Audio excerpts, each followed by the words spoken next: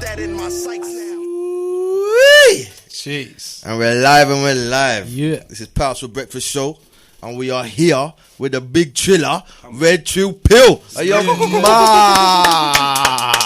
Hey, big up Pounds for Breakfast, man. Now big up the man them. Yo, big up Redpilltrill for coming down today. You Big get up me? yourself, King. Now big up you, brother. Trust me. It's gonna be Now a big you up, man. Big you up, man. Big you up. Hey. yo. Big up Redpilltrill, living legend out here. You get me? If you know your history about him, you know he's done some great things out here. You get me? Very intelligent man and articulates himself very well. So just stay tuned, and we're gonna find out as much as we need to find out about Redpilltrill today. You get me? Yes, man. Yes. Yo, big up yourself, my Gigi. Big up respect, brother. So tell us a little bit about yourself then. Where are you from? What's your origins? I'm from London, Southeast London to be precise, Peckham to be more precise, North Peckham Estate to be more precise. Oh, okay. 12 Walkford Way if you want to know my place. You get me? Locations. Yeah. Origins. Nigeria. Nigeria. You know, we guessed that on the train today. I was like, on, man. where do you think he's from? Man. Igbo boy here, you get me? Igbo boy here Okay. representing West Africa, the whole of the continent. You know, but I'm a world citizen, you know? Was you born in Nigeria or was you born here? Nah, I was born over here. I was born in King's College and that. You know what I mean? Camberwell. When did your parents get here then? Complicated story, but I would say around the mid-70s. Mid-70s? Yeah, they come over here. Dad came over here to study. Mum came over here. And then, Dad bounced. You know what I mean? He bounced, took an extended holiday and never came back. You know what I mean? Gone to get the milk. Dad went to get the milk, but his shop must have been closed. He ended up in Niger. So it go. The pressures. how it goes. But it is what it is, man. You're still a great man. You get me, King? Respect, brother. You get me? So what was life growing up in the hood then? Peckham, to be precise. Well, you know, I was in Peckham before it was Peckham. It was Pecs. You hear me? Yeah? It was Pecs, man. P-E-X. And growing up there, I mean, I grew up on North Peckham Estate. It was like at one point Europe's largest housing estate. It had when I was there, it had a 98%. It had a 90% unemployment rate, and then amongst the black people in that 90%, it was 98%. Yeah, but it's mad because it felt like everyone was working. Everyone's mum was going to work, so I don't know what's going on. You get me? But yeah, mad. Yo, that's nuts. But that's a breeding ground for hustlers, Yeah. and survivors and warriors and great people. Many great people come from there. You get me? Sorry, I know this has got nothing to do with it, but where you grew up, was there more Caribbeans there, or was it more Africans there?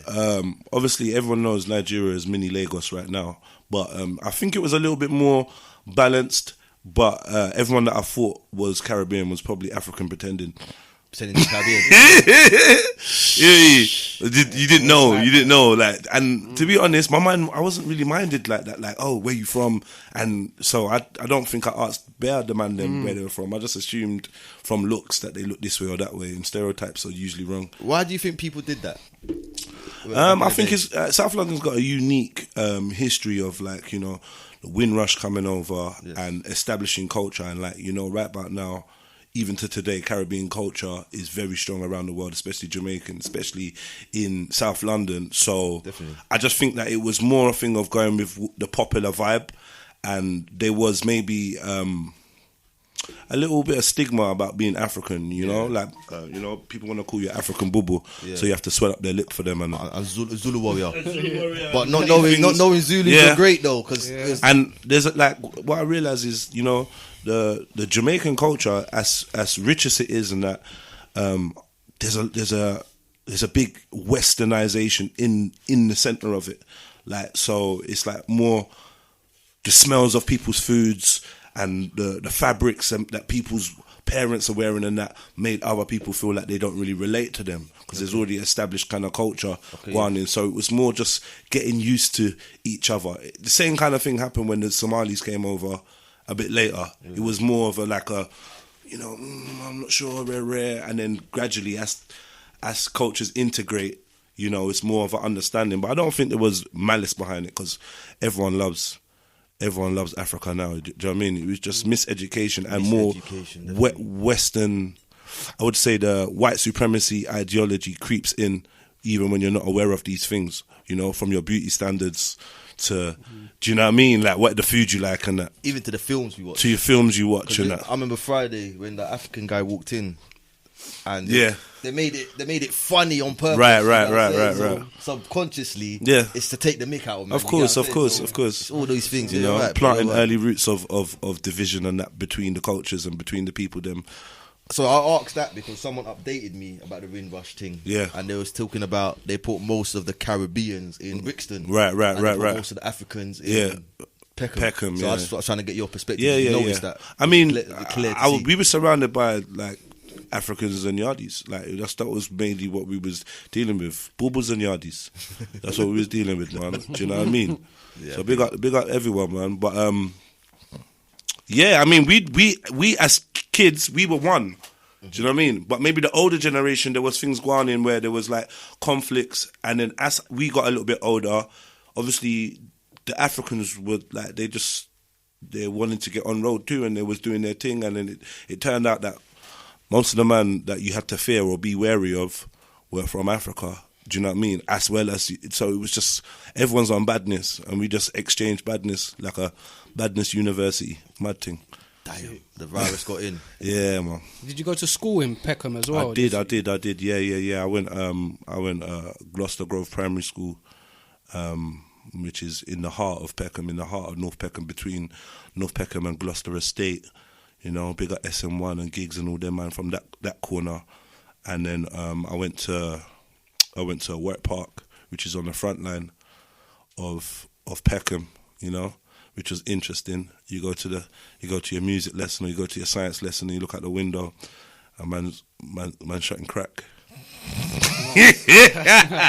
It's interesting. Peckham's weird as well because like mad. you got Dulwich right next to it, Right next to and it, it's yeah. like it's a different world, dog. Yeah. I mean, even Dulwich has its.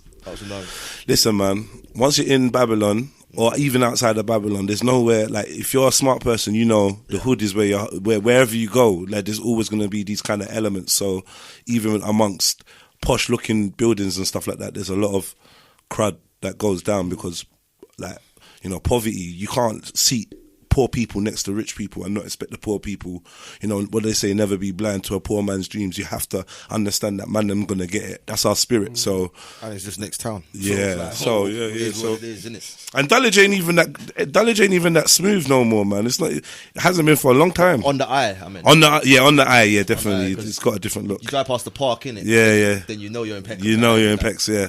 You see the difference, man. Definitely. Oh my days! And what about adulthood? Did you stay in Peckham as an adult, or did you leave there? You know, due to taking many trips and visits at Her Majesty's pleasure, I was definitely moving around. What had happened was, you know, my mum was shot and murdered. So, like, yeah, she went to Nigeria, and yeah, she was killed out there. She went out there for a holiday, or whatever.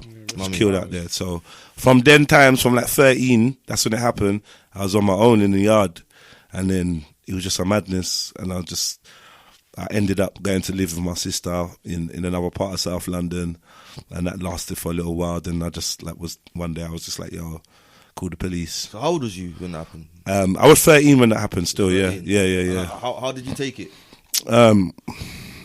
It turned me into a bit of a madman. Do you know? I mean, I was a different youth anyway, yeah, and I was concealing a lot of my activities and behaviours from my mother. I was, you know, as an African boy, you know how we do. So we learned the double life real quick. You know, okay, mummy, what's that say? What's that? You get me? Yes, so yes, yeah, it's the duality. Do you know what I mean? Yeah, and man, I don't know. I just felt like when she passed, I didn't have anyone to check me, or like I was free. What about family? Did they come? I didn't have family like that. I didn't have family. All the aunties and uncles and stuff that I thought I had or knew, they just disintegrated. They didn't exist. They were a figment of my imagination. And to this day, I've been proven right because I've never seen or heard from anyone that used to come to my house on a regular talk about your aunt. I'm your auntie. I'm your uncle. You get me?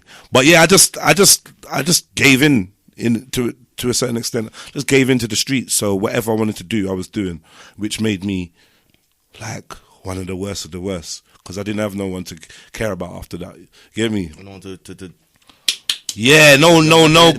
consequences, Yeah, you know. But also, like, not like to spin it to a positive. I had freedom to express myself and explore my personality and build myself up from the foundation that Mumsy had set. I had the chance to just become my own human being. So everything you see today is just down to me, really. Obviously, we're going against the system, but you know, like my character when I look in the mirror is self-built. Did you have a happy childhood? Yeah, I mean, I enjoyed, you know, climbing, scaffolding, doing graffiti, snatching handbags on the way to primary school. You know, playing run out with my friends. Yeah. Like, it was a weird childhood. I was into criminality. Like, the elders would get me to climb through things and put my little skinny wrist through letterboxes and open doors and do all kinds of mad things. Do you know what I mean? And then at the same time, I was, even today, I'm very childlike. Like, I'm a man child. So, like, I embrace the childlike qualities. You know, they're gods amongst us. Indigo. Yeah, you get me? They're gods amongst us. So being, like, my childhood was varied, you know. Some would say tragic. You know, there's a lot of detail in there that was like, yo, there was a lot of persecution and, you know, but then at the same time, I laughed and I joked and I smiled all through it, even through the worstest times. And I can look back and say, I did enjoy growing up. I enjoyed my childhood. Do you know what I mean? Would I want that childhood for the next generation? Hell to the no. But, you know, we work with what we got. Well, you're a strong brother today, though. So yeah, man. I'm strong. Anyway. I'm strong. You know. Strong. Yeah, man. I'm strong in part of what does it mean? Strong-minded, yeah.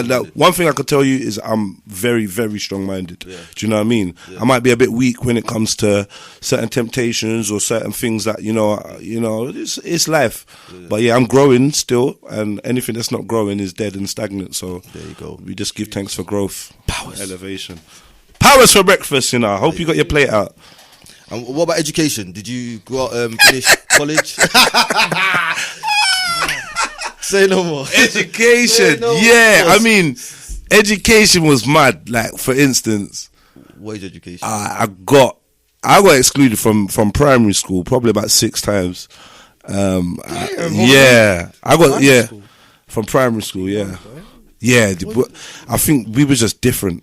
We were stapling people's ears on tables. What's good? All kinds of various things, which I probably think most people probably wouldn't be getting excluded for nowadays. And this is when you check it out. This is actually where the racism comes in.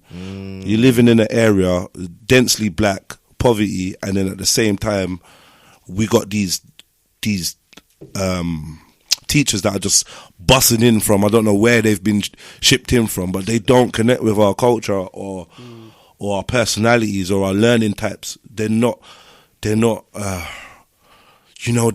geared towards bringing the best out of us as a people, melanated or otherwise. They're not experienced as well. Right. They do bring the teachers that have just finished uni, right, straight into that, freshers the inner city schools, right? But really, you need experience, 20 years strong. Yeah. The hardship that people have been dealing with. So they didn't relate to us, but they stood over us, and obviously this is my first brushing with authority. So like they labelled me as being anti-authoritarian from very early. This is something that was actually written in my primary school records of being I'm anti-authority. So did they try to segregate you from other class students, like put you in different groups and that, like anger management groups and stuff? No, not necessarily. Weren't necessarily to that level, but I was always at the office. I was always this. I was always rare. They're making me stand up in assembly and shaming me for something I've done before the gates is even open. Yada. And to be fair, like can I swear, I was a little effer. I was a bad kid. But I just needed the right outlets to. It was more misguided. Yeah, man. I weren't no worse than like other people in the school, but as a whole, I don't think our school was doing very great. So education, I was very intelligent, you know, a very ample reader, very hungry for information, and I loved school. Yeah. Do you know what I mean? So on that whole, like academically, the future was bright for me if I could have gone down that road undeterred. But Did you used to read a lot when you was younger? Listen, I was in the newspaper for being able to read the newspaper at 3 years old. Because you articulate yourself very, very well, bro. Yeah. When I listen to you, you do. Yeah. Well. You know, we learn, like, one thing I could say is, man became bilingual.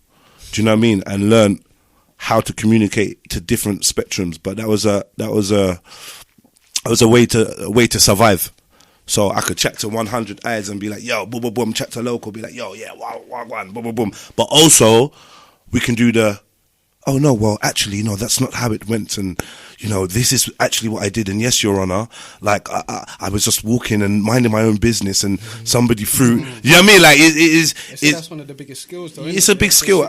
In In London, I think we're great at it. So in London, you notice we like to, like, chop through different accents. And just because you know, I go on holiday and I'm talking to boss man, and then my language starts talking like boss man, and they're like, oh, why are you talking like that? I don't even know. It's like you flip it, innit? Yeah, but we just kind of find the closest route of communication where we can relate to each other. So it's a survival skill. You're right, it's a survival skill. You see boss man. You see auntie. Yeah, exactly. Uncle. Come on. Yeah, man. You know, it's mad still.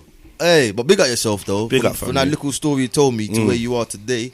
Yeah, big up yourself. Yeah, bro. thank You you. get me? The growth is crazy. Because you know what? You could easily turn the other way, my GG. Yeah. The fact that you're here on this woke path, you're waking up people still. But salute to you, bro. Respect, man. Respect. Let's get a bit juicy. All right, let's do it. What is dirty woke, brother?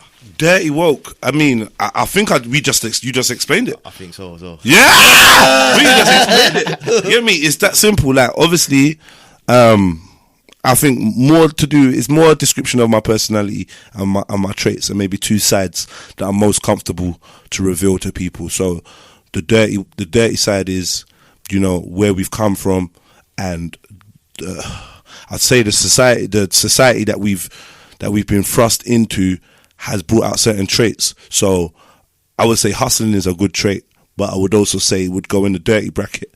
Knowing how to make amends, and, you know what I mean, knowing how to defend yourself, being able to war or back yourself is dirty. You know, maybe even certain things that man's into, smoking, drinking, whatever. My language, like you said, I was articulate, but I like to swear and use profanities and say what I want. I think it's a sign of intelligence to be able to do that and understand and own it. Where a lot of people say, oh, swearing is a sign of a lack of intelligence. I don't agree with that at all. Passion, And and that, you know, like my personality, like the gal, you know, like been a huge pro woman, pro girl, and advocate for the females. So, you know, that side of things, you can maybe put the dirty in with that. You know what I mean? And just I don't know, man. What I'm trying to show you is to be aware of your surroundings and aware of yourself as a man or as a woman in 2021 does not mean you have to go on like you're holier than thou or seat yourself on a pedestal to get people to look at you like, oh my God, this guy's just perfect and he just does all the right things. And that's a joke. That don't exist. Right. Because how can you learn from people that ain't been through it, bro? Exactly. So I have to show you the dirtiness so that you can see that the wokeness is not coming from a hypocritical standpoint. So yeah, you can, like, and even for the youngsters today, like, people think to be conscious or to be aware or to be involved in your community means that you have to be an angel or have to come from that background, and I don't agree with that. In fact, I believe that if there ever was to be some form of revolution or some kind of uprising in favor of the people to be liberated, I believe that you're going to need the dirty ones. Yeah, they're the ones you're going to look for. The shadow men. Come on, man. They're the ones you're going to look for. And it's just a balance, just to let you know. It is. Yeah, it's all, basically it's balance. Let's just get it right. Yin and yang balance. Here we go. Yeah, me. What first got you into music? You know, music's in our cultures and in our surroundings, environments. You know, like growing up, where I grew up, there was a lot of sound systems. You know, it's got a good history. South London's got a good history of like sound systems 100%. and stuff like that. So I used to always see people playing their music and whatnot. I went to my first party, my first rave or dance at like 11. Do you know what I mean? I stumbled into this thing and people was dancing and I was like, what the hell is going on here? What is this? And I just fell in love with it. Me and my boys at school, we started, you know, we built up a little sound called the Merciless Crew. Jesus. You get me? And what was you doing? Grime? Jungle? Nah, it was like kind of like, yeah, jungle and whatever. And yeah, man, we just enjoying music. And then from then, Drum and bass type. I just always had like a thing for music. And I didn't really get into it until I went to jail and I came out and it was like, one of my brethren was like, oh yeah, come, will you follow me studio? So I went to the studio with him, which was someone's bedroom, and listened to the beat, and then I just had a pen and paper and start writing something. How old was you? How old was I? I think I might have been 18, 19. No, actually, I'm lying, I was in jail. Yeah, 19. About 19, and I was like, I wrote a bar, and then I recorded it, and like, it was like no one else was on the song. Was it a conscious? Nah. Okay, just bars. You get me? It was a Gallon bar, but I was going in. You get me? Bad to the bone, huh? Yeah. I was going in, and then everyone was like, "Yo, Jez, you're sick. Like, what? You've never written before?" And I was like, "Nah, not really." And then I just got the bug. You said Jeds? Yeah. Jedi, yeah. When was you called Jedi? Between what period? My name is Jediah, so like, you get me. But in terms of music, yeah, I've always been called Jedi. Jedi's just me, innit? Like, always been called Jedi. But in terms of music, I've gone through different names. When I look back on it, it's like each time I bring out a new piece of music, I change my name and make it a concept. Because you evolve. Is it because you evolve? I don't know. I'm just weird like that. I just like different. I feel like I'm big enough to be me. Yeah. So if I go by no name, you just know who I am. But then, like, I'm gonna present to you. Okay, I'm presenting you 100 Eyes Optical Illusion. Yeah, and then in a year's time, when I bring our next thing, it's gonna be local. I'm round the way. Okay, I see. You get me? And each it's just gonna have that feel for that. So it was like a conceptual thing. All of it will be released under Jedi Online, though, wouldn't it? Nah, not really. Nah. You make a new page and everything. Yeah? I mean, I didn't know about pages them days. I didn't know about pages. Like, do you know what I mean? Nah, when I was making music, we didn't know about no pages or nothing like that. I made music before I knew about YouTube and that.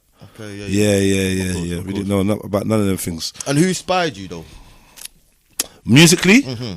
First inspirations. My first inspiration musically, I'm gonna have to say probably was between. Right, I'm gonna say number one musical inspiration in the beginning was probably like Skibbity. Skibbity, yeah. Jungle MC. Yeah. Skibbity with the ultra funky fight tongue, alongside bass and drum, enter, like hard. Now he says that. Come on. I can tell your flow. Yeah. His flow now represents that. A lot of people that got that type of flow come from jungle. Yeah. Even one of our other guests as well. Yeah. So, it's actually a gift, bro, to be fair, because that style ain't around no more. Yeah. You got bits from it. Yeah, little bits from it, but like this is what we do. We just been taking bits. Went from Skibbity, so it's very eclectic. Went from Skibbity to Wu-Tang Clan, Busta Rhymes, Snoop Dogg, and then Pac, and then Pac, and then Pac, and then Pac, and then Pac. And then Pac, yeah. Pac stopped me from listening to everybody. Yeah, if you was on the if you was on the Don't F With Them list by Pac, I wasn't listening to you. Nas didn't give no chances. Biggie, and then I started embracing more. I love West Coast rap. If you want to say what my main hip hop influences, it's gonna be West Coast rap. Sibo, Lynch Hung, Killer Tay, Looney Coolio. Mob Figures. You like Mob Figures? I like Mob Figures. I like what's his name? The Jack is my favorite artist. Do you know what I mean? And there's lots of people from that side of things that I really enjoyed. And then there's a couple other artists. There's enough. Like, I'm just a lover of music, innit? I'm a real lover of music. So, to be fair, I could see my inspiration coming from all of these people, but then at the same time, I'm very much just on my own thing. Like I've heard the influence, I've got the influence, and then I'm like, okay, this is a framework, but I'm not trying to do what you did. I'm not trying to be Pac or Wu-Tang Clan or Rare. I'm gonna be Jeds, innit? So I think for me, musical expression is about finding and tapping into your own unique fingerprint, and make it so like it don't matter what flow you're doing, whatever your vibration is sealed in the music. Do you know what I mean? Because it's a subliminal thing. So when did you start taking music seriously then? I don't even know if I have now. Yeah? Yeah, like I just love music, and honestly the way I see it is, with the type of person man is and the experiences I've had, like, this is going to sound a little bit pessimistic, but I don't expect big things out of music, because I know that I'm the red pill. Like I'm anti the thing, the machine, do you know what I mean? So I don't expect people to but for the, like, I make music, yeah, for that one person that sit there and be like, ooh, he said that, ooh, let me rewind, and push up your face. That's it. As long as I can get that reaction out of some people, I'm good with that. As an artist, I create art as therapy, but I also want to connect with just that one person that's on that wavelength. Because I know there's been times where there's an unknown rapper, I've never heard of this dude, and when I'm listening to him, I'm like, yo, I'm digging my man's personal vibration of what he's doing. So I just log into that. So I'm just trying to supply that for the people that know what's good. But in terms of taking it seriously and that, I take my therapy very seriously. I take my hobbies very seriously, and things that I enjoy. I think it's very important to do what you love. And so I love music, so I do music. It's kind of that simple. So what's your creative process like when it comes to music? Do you write? Do you vibe in the studio? Yeah, I write. I'm not like Todd's. Todd's the madman. I'm not like Todd's. Todd's just goes there and do some next thing. And he's like, yeah, I'm ready. I'm like, what? What? What are you talking about? But yeah, I write. I come from writing in books. I come from lyric books. Same. I'm from lyric book era. Fam, you get me? I messed up. You know why? I stopped writing lyrics. And you started putting in your phone. Typing them. Yeah, it changes it up, innit? It does change it up, innit? The writing words is so important. Exactly. Even the way you've written a word, it connects in a certain way. Yeah. And I couldn't write bars the same no more. Even the flow changed. Yeah. I was like, I have to go back in time again and start writing. Writing's good, man. Writing's good. And I'm faster writing. You're faster writing, yeah. Then thinking and typing is just a bit of... And it just looks different, and you just... Because remember, when you're writing, you know, there's people that do the whole science of handwriting. They tell you, this guy's angry, or this guy's got some anxiety, because look at the way he loops his L's. And there's a whole science. So your brain, your subconscious obviously knows this science. So as you've written something, there's a frequency to what you've written, and you can express it. You know what? I mean, it's like it's the same as vocals, then, isn't it? Yeah. So it's called somatic drift on vocals, vocal tone. You can say the same thing, but someone can dissect it and say, think about your bars and that. Right. Writing, I can relate to that. Yeah. So writing's good. I type though. You type. I type though, man. You get me? The lyric book. You know, lugging around the big ass lyric book and that, and it's convenience got me.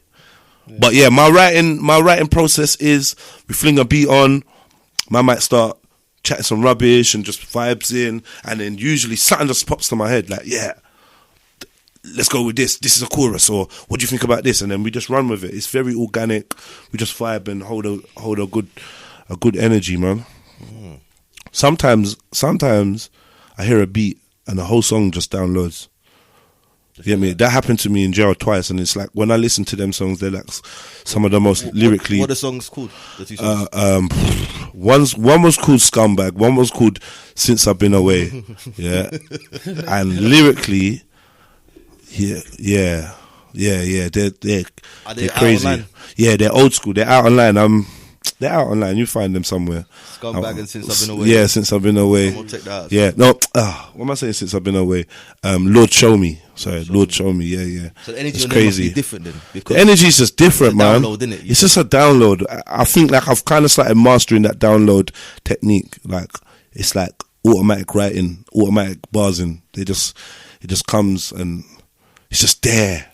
It's there. The meat of what I'm trying to put out there is just there. Like, yeah, this is what I'm creating. We just try to create different universes and worlds within the music. Do you have your own studio? Yeah, we got studios. Yeah, we've got big up the SMFY studio. That's my family tree. You get me? Old tight Tods, old tight Nate, old tight Chevelle. Yeah, you lot need to get Chevelle Anderson up in here. She gonna blow you away, man. She's amazing. We're gonna get her definitely. Yeah, She's a dope artist. I've heard her name a few times. Yeah. She's hard. I've seen her perform live. Yeah. Of course. Couple times. Killed it. Yeah, it's yeah. That's it. Just a quick one because I'm curious. In jail, do you have beats or is it just all in your head? In jail. Yeah, in jail. What we used to do was just get 2 tape recorders. You get me? One playing the beat, the other one recording the sound in the cell. So you got the beat playing, and then we're just gonna rap to it and pick up the things, and then we got our little mixtapes that we make in jail. But yeah, you just get a beat. There's even times where I'll just rap over 100 hours. Like I just like his beats. I'm just like, you get me? He's rapping, and I'm trying to create a bar over it. It's not the best way, but you work with what you can. Do you know what I mean? But yeah, always write to a beat, man. People that write to no beat, I think they're demons. Yo. The demons. No, you're right. I did that to the whole of Pain Wave. Wow. No, Coke Wave. Is it? Yeah, the whole mixtape. That whole mixtape was on repeat for days. Tune it out though. Tune out the lyrics. Yeah. You can tune it out still. And you might end up sounding a bit like Max B, but hey. Give me a Max B impression. Is that Coke Wave? No, let me give you a Max B impression. Picture me rolling. He don't say his words. Yeah, I know. Picture me rolling. Money be rolling. I don't know. I ain't Max B. Yeah. Free Max B though, you're mad. Yeah. You see what? He set the wave that everyone's effing with today. The vocal range, the kind of melodic thing. I'm not gonna lie. You're taking liberties if you give that to Max B. You don't. Nah, you gone mad. Update me then. Boom, boom, boom, boom, boom, boom, boom, boom. What do you? They're the first. For me, they're the first. You know, and then you got another clique called Do or Die that used to be like with Twister and that. Do you wanna ride in the backseat of the caddy and shut it? You never heard of that? Yeah, check out Do or Die, man. Some old school, but they're very melodic and they're hard with it still. I kind of like skimmed I missed the Bone Thug era. Yeah. I was like 10. Yeah. I don't like. I was so into music, like. I don't even know how I know the artists that I know sometimes because they're out of my age range. It's just, I was just drinking it up. And I suppose without the internet to tell you really how old something is or whatever, once you come across a piece of music, it is what it is. It's new to you, innit? Yeah, facts, you know what I mean? Facts. That's what they say, keep pushing your music. Not everyone's heard it yet. Yeah. The artists get bored. They get bored of it. They get bored. This song. It's an old song. Yeah. This old thing. Yeah. Let's talk about your style. Yeah. The stizzle. Unapologetic. Tick. Raw. Tick. I'll say aggressive. Yeah. Alright, let's do that too. Tick. Come on. You be like them labeling me. The flow is skippy. Intimidating as well, yeah? No, you're not intimidating. You're good. The flow is skippy. Yeah. Can be. One most songs I've heard. It can be. I switch it up a lot. No, one thing I'll say is, in terms of style, is you're never going to hear 2 songs that are the same out of me, ever. It's not even intentional. It's just, it's not that. I ain't drawing the same picture twice. I hear that. You get me? Yo, your lyrics are real. Thank you. Don't lie in your bars at all. No lie business. You're anti though. You're You're anti. Yes. anti anything that don't go don't go with your truth. I'm pro people. I'm pro liberation. I'm pro sovereignty, autonomousness. You know, I'm pro freedom. You know, so obviously, if you're anti-freedom, then you're anti-me, and if you're anti-me, then I'm anti-you. No, I meant in the sense of anti, like salute, man. Yeah, kind of thing, you know what I'm saying? like. Look, man. At the end of the day, man, it's just an energy. It's just an energy that we put out there. It's what it is. I think I was referring that to the video I saw, the last video I saw. Which one did you see? Why would I care? Yeah. Of course, I man. like that, though. I like Yeah, that, man. though. That's the vibe, man. You know, we don't. Yeah. Why would we care? And that there's the concept behind that was basically trying to get people to see that. Look, there's a lot of current affairs news out there, and a lot of things for people to be distracted by. But you got to ask yourself, why would you care? Why would you care about that? Why would you care? Why would you care if Bugsy Malone and Chipmunk have beef or squashed it? What's that got to do with real G's out here? Like, what's that got to do with freedom? What's that got to do with the price of bread? Like, stop being distracted. Sometimes the distractions, you know what I mean? You're gonna spend your whole day ranting about H&M and a monkey on the top. Is that what you're gonna do? No, I hear that still. Or Steamboat turn into a cat. Yeah, like, you know. Yeah. You know that one, innit? I like that one. I heard Steamboat turn into a cat, man. I heard that as well, but I don't know about that. People still. be turning into things out here, man. Yeah? Yeah, definitely, 100%. People be turning into stuff, man. Boy, you will know more than me, though. Yeah, I'm just saying, from what I've heard. What's the future for Redpilltrill? What's the vision? What are you trying to achieve out here? Progression, man. Just growth and progression. You know, an avenue to express myself. If I can create some form of legacy, even though we're aware of the system and its many trappings, we still understand that, you know, finances are needed. Like, it's a kind of juxtaposition we find ourselves in, where we want liberation, and my belief is, in order for us to be liberated, we have to escape this whole system, financially, spiritually, physically. We have to depart from the system and separate ourselves. But at the same time, we're in the system right now, and we need to get some cheddar. So that being said, I wouldn't mind making a couple coins. Do you know what I'm trying to say? The future for me is building in any way that's viable and progressive for me, innit? So that's what we on, man. No one wants to be a broke freedom fighter, bro. Nah. Do you know what I mean? I mean, like, even the term freedom fighter is very cliche. I hate terms like that. But I will fight for my freedom, and I'll fight for yours as well. Do you know what I mean? But I think a lot of these terms are being bandied around. Like activists and that. You're an actor. There's a lot of activists and that. Talking about active. Oh, see what you did there. Yeah, I mean, but big up everyone that's out there on a journey to try and, you know, affect their environment, man. I respect that. I respect that energy and the ethos behind that, wanting to be involved and see things change. I respect that, but I do think there's a lot of gimmicky stuff that goes down. You know. Some could even accuse me of being part of some gimmicky stuff, but, you know, it is what it is. But you can clear it up. You're not the one. I suppose, in a way, if in hindsight, I would say that some things are kind of gimmicky, or were kind of gimmicky, but wasn't intentionally to be like that. I'm just a good-hearted brother that likes to get involved in things that make a difference, right? But, you know, some people like theatrics and lights and cameras, and do you know what I mean? Like a puppy show, they call it, innit? Like, people like the puppy show.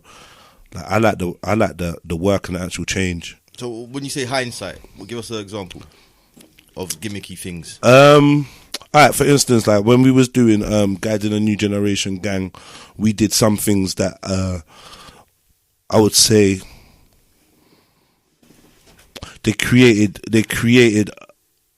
a buzz that will get us some attention in order to put our message forward. And when I look back on it, I could say that could be seen as a gimmick by some people.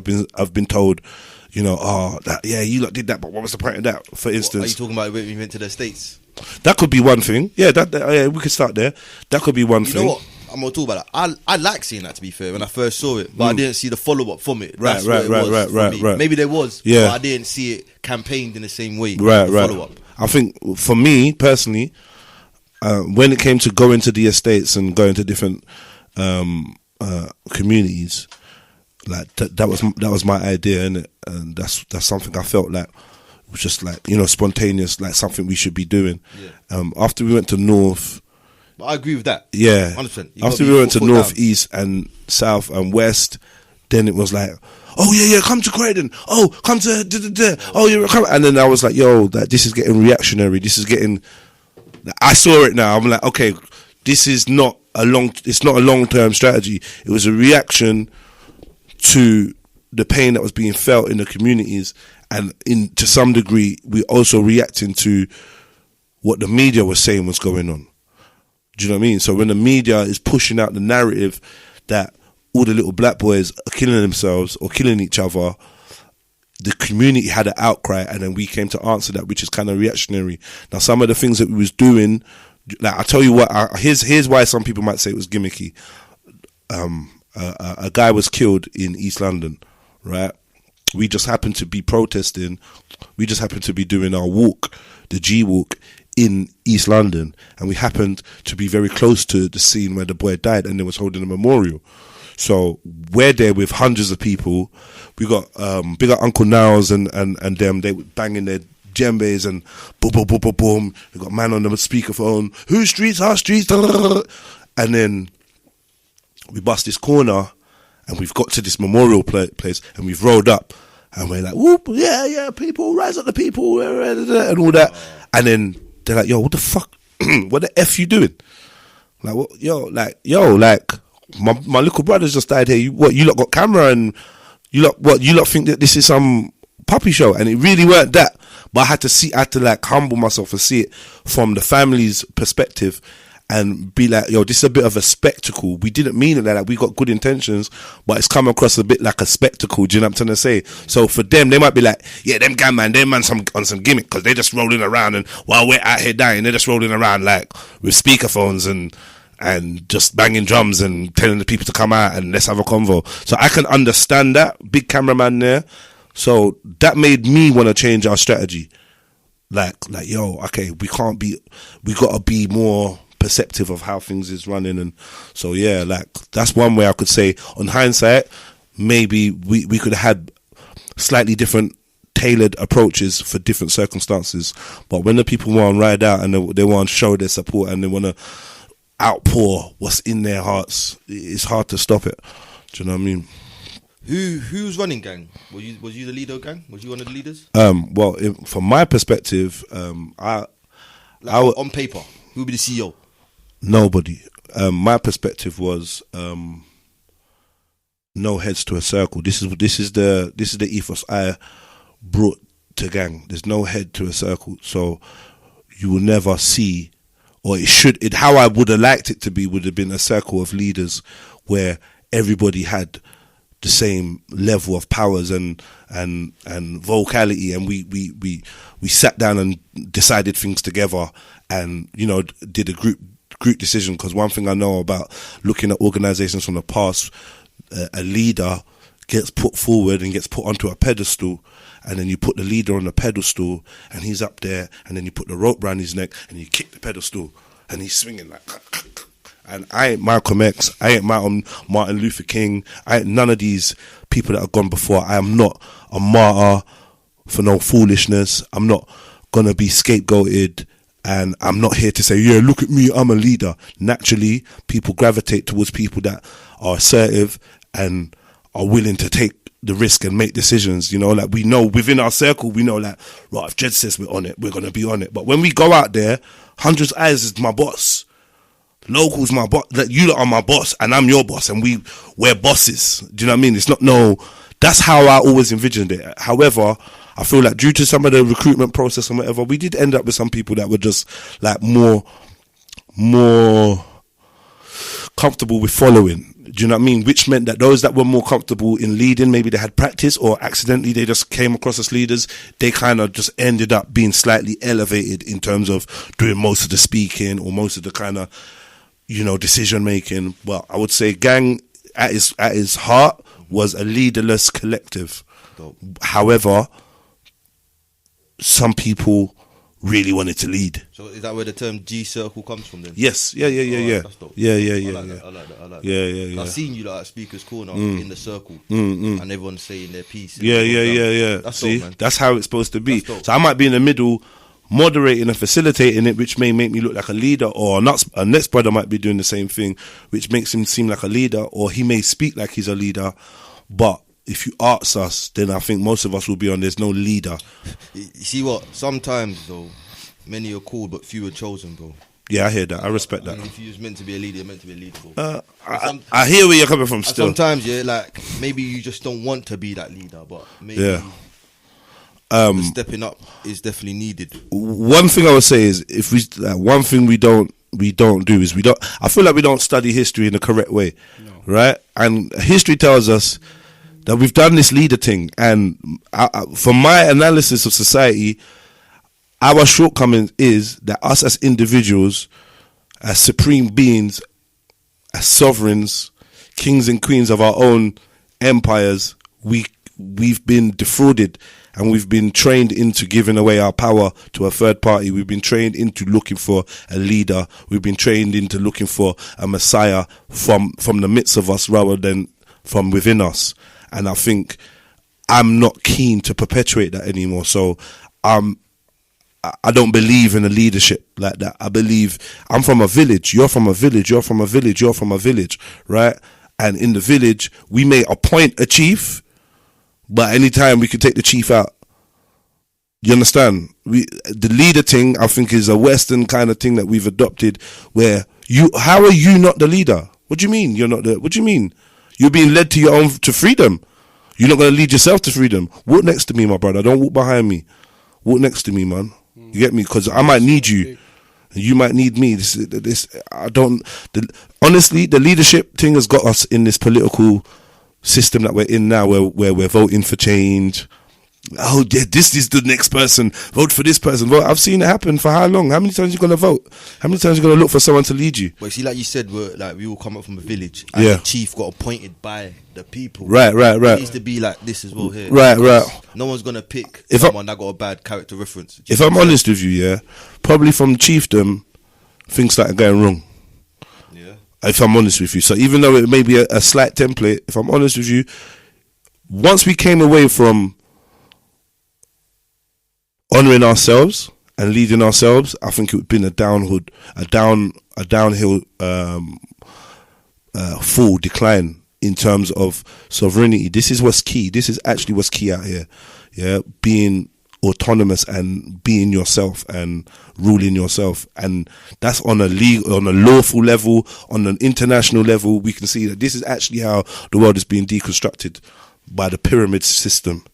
Yeah, and if you don't see yourself as the capstone and the foundation, then you're in someone else's building somewhere. Do you understand? So I strongly believe that people call me an anarchist. I strongly believe that every individual has the right to govern themselves, and until we do that, looking for leaders is pointless, because the way the system's sewn up, I'm suspicious of everybody that rises up as a leader anyway.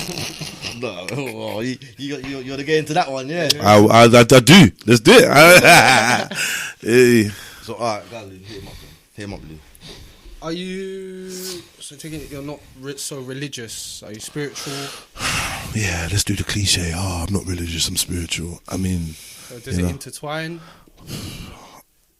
I was raised as a Jehovah's Witness. Okay. And then that got abandoned, and now I'm just like, I like it when everyone says that they're spiritual, but I have to understand what people are meaning, because there's, I feel like the people that are in power, the governments, they're very spiritual. What spirits? Do you know what I mean? But what spirits we dealing with, and what does it even mean? Like if you're burning sage and doing tarot cards and whatever, and you think you're spirit, that's great, but like that's not for me. I'm not that type of spiritual.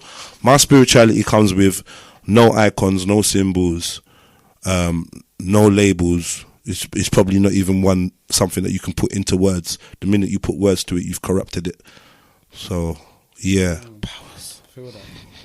I feel that. I'm soaking everything in. Yeah. No, right, you're giving me a different perception, bro. Right. It's good. I need to hear it, bro. Respect, brother. Respect. Now, big up yourself, my GG. But you know, we jump forward to the gang thing too. Yeah. We didn't finish with the music. Card. Oh yeah, go back to music. That's cool. Do you produce your stuff, your own stuff? No. No. Do you master your own stuff?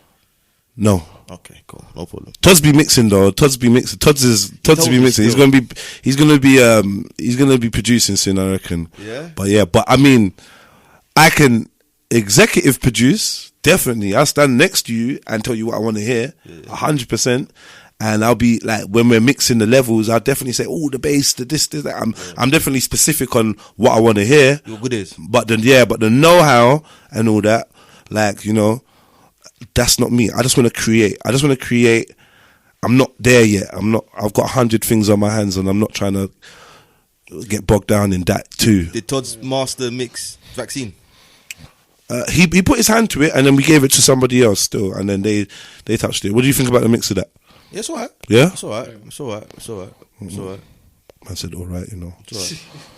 Violation. No, it's not a violation, bro. Nah, I hear you still. It's a Trilla. Yeah, no, but you know what, yeah? Like, differently, you could maybe give me some pointers and tell me what you think, like tell me where you think, like... Maybe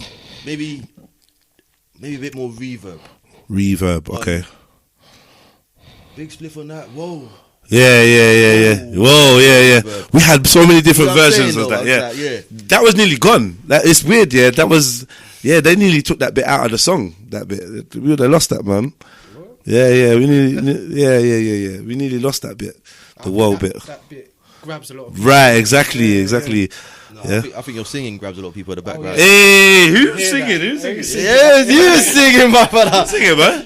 I heard you headphones, crystal. That's good though. I didn't know you sing as well. Yeah, I mean, I carry a note. And you know, like it's all the same thing. It's just expression. We've been harmonizing and bringing melody into our music from time began. So it's nothing new. I'm not putting no flags down or doing nothing different. A lot of people from the deep rappers and whatever, or the trapping guys and the drill guys, they all put melody in music. It's supposed to be. You get me? It's supposed to be. Who's involved in the brand Redpilltrill?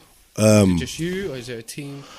I got a big family. Big up the whole Trill squad. I got a big family, and I think what they do is they energize me with confidence to say that, yo, what I'm doing out here has got some kind of significance or whatever. Because like as an artist, I still need to see how people react to my art. That's part of why I made it. I want to see how you felt it. Do you know what I mean? So in terms of supporting Redpilltrill, I get a lot of like behind the scenes kind of, you know, pats on the back and high fives and encouragement, like, yo, boom, yeah, wagwan, boom, I'm loving it. I've got a good little fan base that's building, and they're definitely part of Redpilltrill.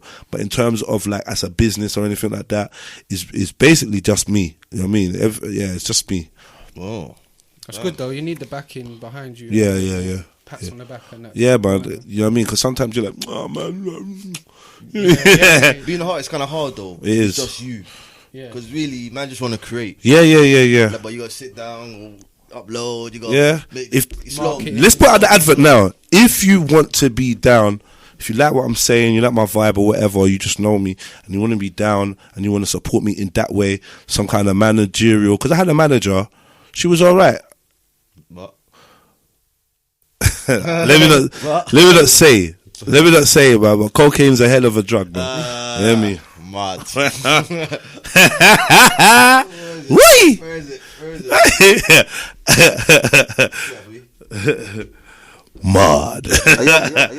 Yeah, I mean, but yeah, if you want to support in that way, if you think, yeah, you know what, I could do some stuff for him, or I could boom, and let's have a sit down and let's have a conversation. I'm open to that because I know like that would help me get to the. If I had that kind of network behind me, I'd probably be like a few steps more up the ladder in terms of exposure and being able to grow the brand and, you know, put my. What type of man are you? Are you the type of man that wants to control everything he's doing? No, hell no. Or you don't mind people just? I'm doing it because no one else ain't gonna do it.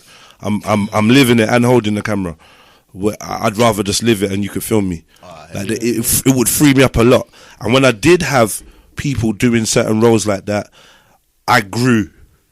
And it was and I think it's a self-esteem thing, because you're like, yo, people care enough to be like, yo, I'm here with you, helping you, because I believe in you. And that you know, appreciation helps you grow and makes you like, oh, you know what, I got a team, I got people I'm rolling up with my manager, and so that's a good look. You're not doing it for yourself now, right. So eat. I'm a good team player, and even if I am the face behind the brand, I'm not in a hurry to try. I'm not a glory seeker like that. Do you know what I mean? Oh yeah, I'm the man. Yeah, I did it all myself. I'd rather say the opposite. Like, yo, I owe it all to them. I'd rather be able to do that. But life has shown me to stand on your own 2 feet and make stuff happen. This is what growing up in Peckham with the background. This is just grab it, just take it. Just take it and just make it happen, and then maybe someone might see you and be like, "Raw, yeah, sick. I'm gonna jump on." Maybe I got a kind of personality that people feel like he's got it on smash, he's got it on lock. Don't worry, he doesn't need nothing. I think my baby mother once told me that I was too good at making broke look good. What? And I had to pre it and be like, "Raj, you know what? You're right.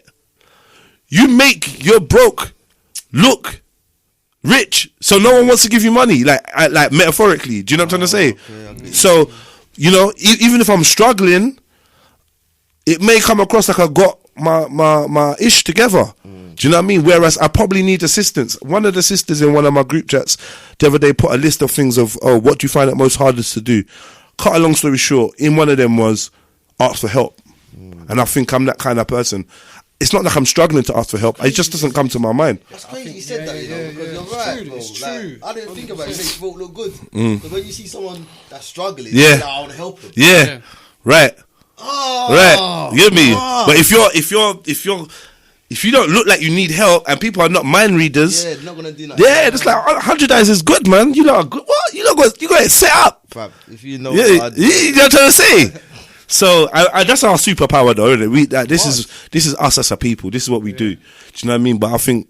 So we just got a little brass in videos now. Just we got a little real rap for change. You get me? But yeah, man. Like, look. Like, just I definitely want to like take this opportunity to just put this little advert out there. If you want to get involved, I'm a cool guy. Don't listen to what people say about me. I'm a really nice, friendly guy. If you want to get involved with what I'm doing, or you feel like you got some links for me, hit me up, man. Redpilltrill, Instagram, YouTube, Twitter. Just hit me up, man. I'll reach, like, you know, we're all down to earth and we're all normal. So yeah, man. I could do with assistance, but I'm doing all right. Powers. Yo, you hear that, yeah? Hit him up, man. At Redpilltrill. Yeah, man. Yeah, man. Big up yourself, my GG. Illuminated. EP. It dropped a month ago, right? Just coming up to 2 months. Yeah. Hard. What was the message behind that? Thank you. If I'm honest with you, yeah, all them tunes are like 6 years old, 5 years old. Okay. I'm just clearing up my backlog.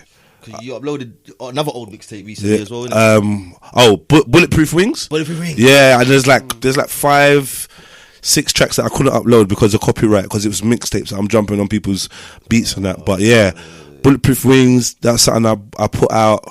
Your camera. That's something that I put out 2012, I think.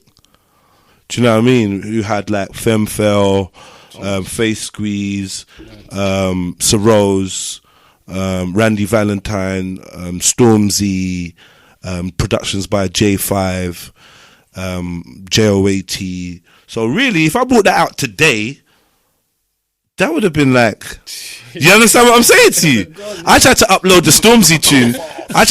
Stormzy tune to like Spotify, and they're not having it. Nah? They're like, basically I can't have his name in it. I can't write Stormzy. They're telling me to go to Stormzy and get a letter and say, yeah, so that Stormzy can say, yeah, me and Jedi, I'm giving him permission to release this track, and yeah, me and Jedi done this track, and yeah, he's my brethren. And I'm like, nah, I ain't gonna do that. So that's how it is, man. That's how it is. Big up Stormzy as well. I like Trilla Illuminati though. You like Trilla Illuminati, yeah? Yeah, I yeah, love yeah. the lyric video as well. Thank you, Who man. made the video? My brethren, Immortal Prodigy, do you know what I mean? John Stone, me and him collaborated. You know, I brought him the idea and he just made it happen. He's so sick. And then that's a brother that, from the Trill Squad, that's the brother that just helped me out of the kindness of his heart. Like, he's just like, yo, Jeds, I just wanna do something for you, brother. Like, you see your music's not like foundation level woke. Definitely not. Yeah. You have to be woke to understand it. I hope. Well, That's how I felt. that's how you feel. Yeah. I mean, I resonated straight away. I thought, yeah. Thinking about myself 10 years ago. Yeah, it might have gone over your head. Lost, bro. I hear you still. I mean, considering that the tune's nearly 10 years old, I take that. That's a credit. Do you know what I mean? Like, one thing I would say, like, to blow my own horn, pause the expression here. One thing I would say is that I'm definitely like a time traveler. Like, and this is what people are gonna understand. Yeah, like I said, all the music you listen to from that it's always old. Everything you hear from me was recorded a while ago. Apart from even the beat. Yeah. Oh. Apart from the project that me and Todd has got coming out, which is more recent, which we did last lockdown, which is still going to be old, Venom and Carnage. When that comes out, that's the next thing. When? It's going to come out this year. We just finalising the mixes and getting a package together. And yeah, but that's, man, me and Todd's chemistry on music and that, yeah, it's hard. I rate that brother. Yeah, that's my little big brother and that. Yeah, Todd's is hard. But everything apart from that is just like, it's very current now. But it was done time ago. But remember we talking about the automatic writing and that? This is what I'm downloading some stuff from the future and I'm bringing it to today. And then when you listen to it today, you might not grasp it. And then when you listen to it later, you're like, yo, when people hear the music that I did 6 years ago, they're like, did you just do that? The climate's changed as well, though.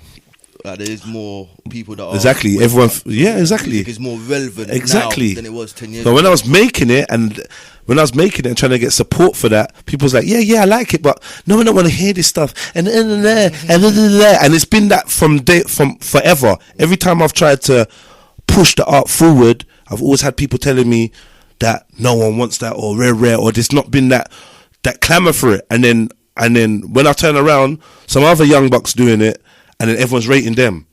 Oh my God. Oh, Dave is so woke. Oh my God. This is. And I'm just like, I'm not going to big up Dave and I no disrespect, but I'm just not interested. Yeah. You know what I mean? Strength, love, honour, trust. Is that an old song as well? Yep. Yeah? Yep. That was made in probably 2015. Wow. Yeah. Yeah. Big up Ababio for that one. Shout out Babio. Is he like in your team? Is he part of your chillers? Yeah, man. That's my brother. Blood brother? No. Yeah, okay. He's just doing his own thing, and he's not really like. You got a few collabs with him as well. I got a lot of collabs with him. Yeah, I currently have to download some of the songs I made with him and take him off because he's not serious about being an artist. Do you get me? Like, I forced him to do all these songs, and because of how sick he is, and he's a rapper, singer, producer, CEO. He's the big man. He's like, them man they found J Hus, them man they found Notes, them man they found like so many different artists. He's a bad boy, but his head is not in music because he's heartbroken that no one don't care about real music no more. So he's just doing business now. You get me? So the system kind of got him in that way, where he's just focused on the bag, and he's getting to that. But for me, I'm definitely about the artistry, and I believe in it. And I just wish that some of the homies believed in themselves and believed in what I was doing a little bit more, because I think I'd be a lot further. Yes. Do you know what I mean?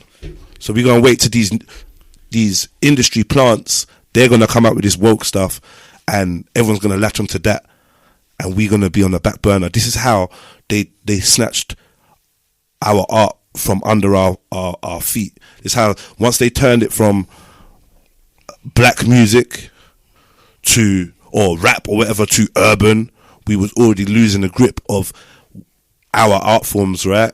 And now we don't own nothing. So it's all numbers and digits and that. So if they say this guy's hot, that guy's hot, and you know, you can't even sell your mixtape in the street. They won't arrest you. I know.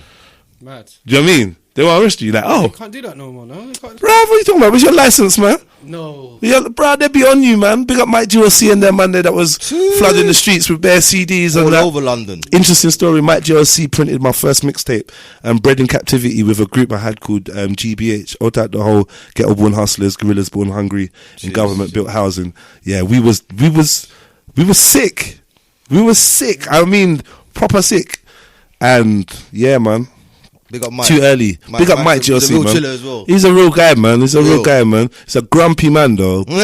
grumpy dude, man. But You know he's what it is? He's just upset with life. yeah. I can see it. Yeah, he's a just grumpy disgusted dude. now. Yeah, he's a grumpy dude. He should have got a lot more Jews than he did. But yeah, he's a real one.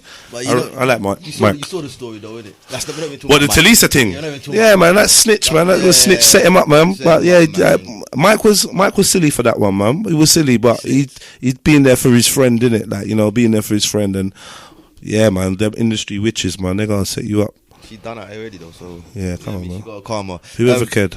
SLHT, yeah. Back to that. Who did that video? Big up MJ Huggins. Just a brother I just see on the internet. Black brother. I just see some videos, like just some little small videos. I'm like, you know what? I like your style. I like what you're doing. Let's work. And he was just straightforward. Okay, send me the track. I wanted to actually give him a lot more input on the video, but he's just like, yeah, I got a vision for this. And he just came back with it after a month and was like, what do you think? I was like, yeah, I didn't even want him to touch it up or nothing. I'm like, yeah, that's cool. Let's run with that. So yeah. Bam. So it's a straightforward thing. But big up MJ Huggins, man. You lot go and support him and you know, promote his thing. Jeez. You've been around for a little bit now, innit? Because I see I come across something. See you, you know, See you. What you did? In between dreams, In between dreams and that, yeah. That though, because you look completely different to how you look now. Yeah, you had no hair there, everything. Yeah, I mean, I've only had hair for I've grown my hair for like 5 years, 6 years. That's definitely older than 6 years then. Yeah. Even your face is looks old. different there though. Yeah. I mean, that was done 2012 probably. 2012. Yeah, 2012. In Between Dreams. It's a big tune, man. Yeah, Just a little freestyles and that. You know, I got enough of them, But man. see, I like stuff like that because it was so fresh, Yeah. and funky as well. Yeah. You know what I mean? Man, just in the Africana chain. Yeah. No bling. I love that, you know, Yeah, being man. like that. Keep I it like earthy, you and, know. And the bars are hard as Yeah. well. You get me? Big up, respect for that, man. How many projects do you think you have? Ghetto Born Hustlers. I got one called Honey's Love Hustlers, which is like a sexy, grown sexy thing, like, you know, for the ladies and for the man there when you enroll with your gal, and there's enough X-rated tunes on there and R&B kind of vibes and yeah. I love that one. You lot check out Honey's Love Hustlers, yeah. Look out for that. Jediah 7. Okay. Honey's Love Hustlers. That's 2. Bulletproof Wings. Sweet. I got the Hard Pill to Swallow EP, and I got Illuminated. 5. Was the Todd's coming out? And the one with Todd's coming out, yeah. That's 6. Yeah. But I've released a lot of music. I seen music videos and songs. But in terms of jumping on digital platforms and streaming, I think I just started like last year, putting up tracks and stuff like that. So people have been asking where I can get your music, where can I play your music. So it's available now. So yeah, now the floodgates are open. I was expecting a video for Vaccine, you know. Yeah, you know what? We shot a video for Vaccine. And that. I didn't really like how it came out. And you know, we ran into some difficulties with like the editor and whatever, and he just seems to have just kind of lost the mojo for it. And I'm just like, you know what? Let's not force it, man. Let's not force it. So the Vaccine video might not come out.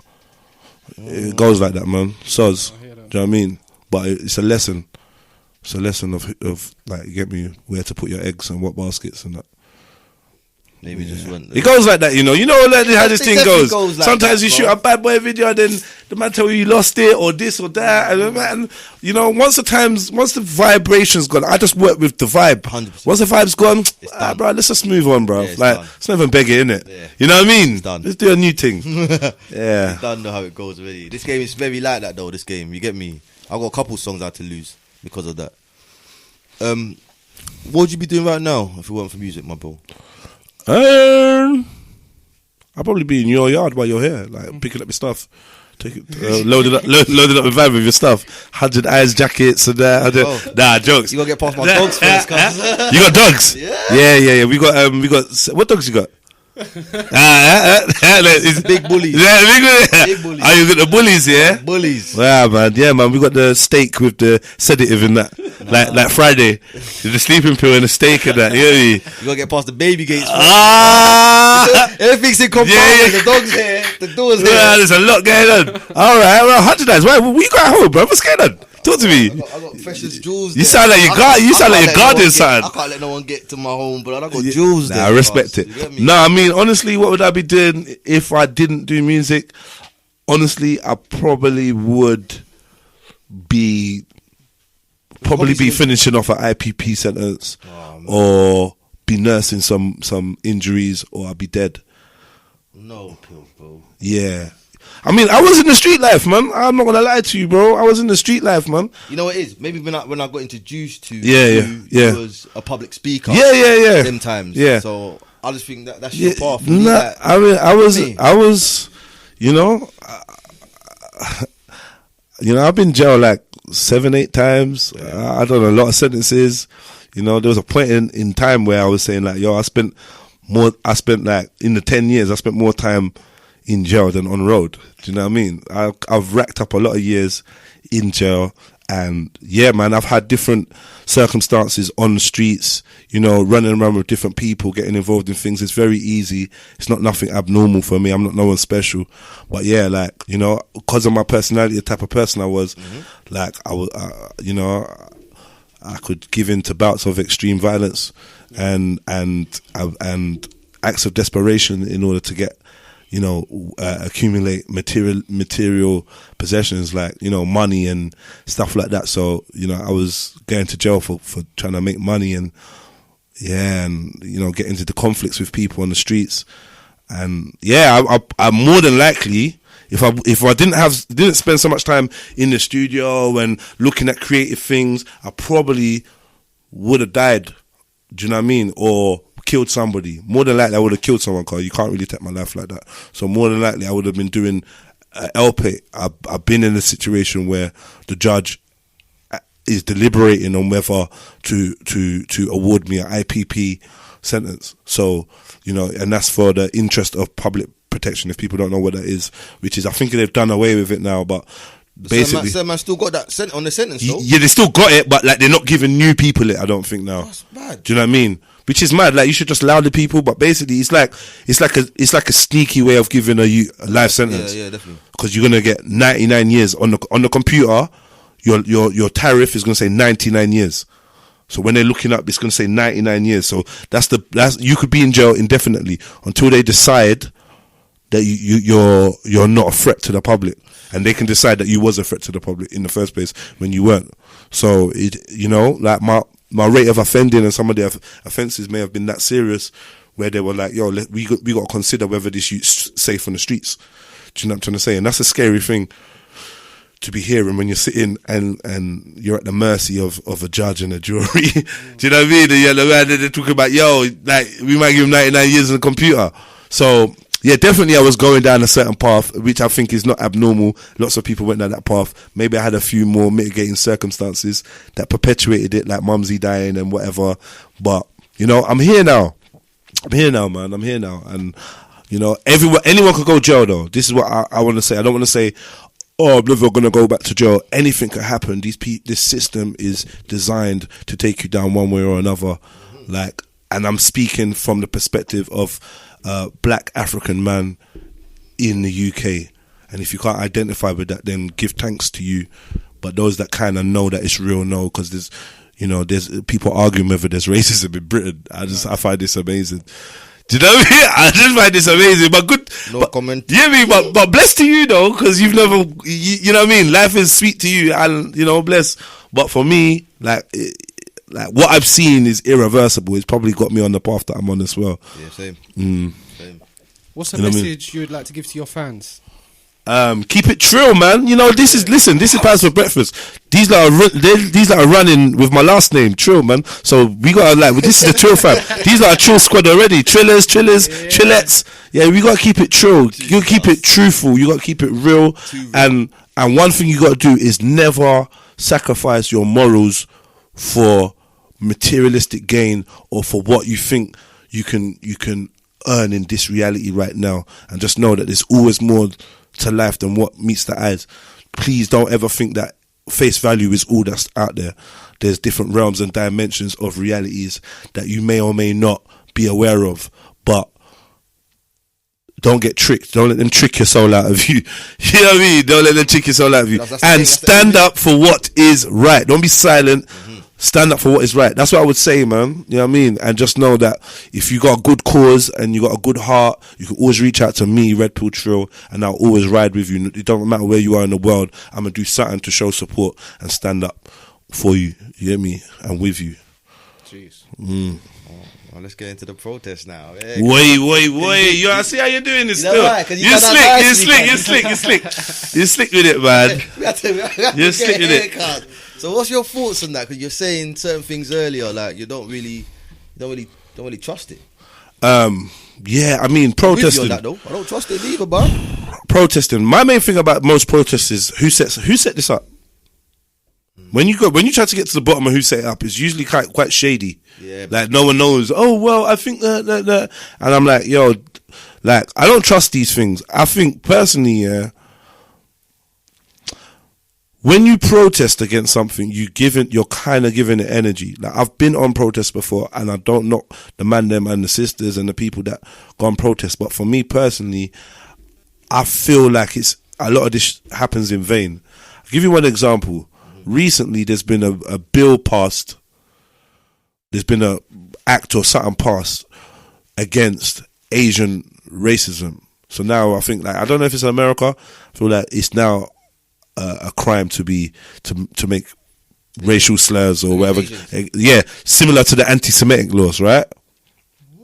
Right. Yeah. So what I realize is, did you go to the Asian protest? No. Did you? No. Did you?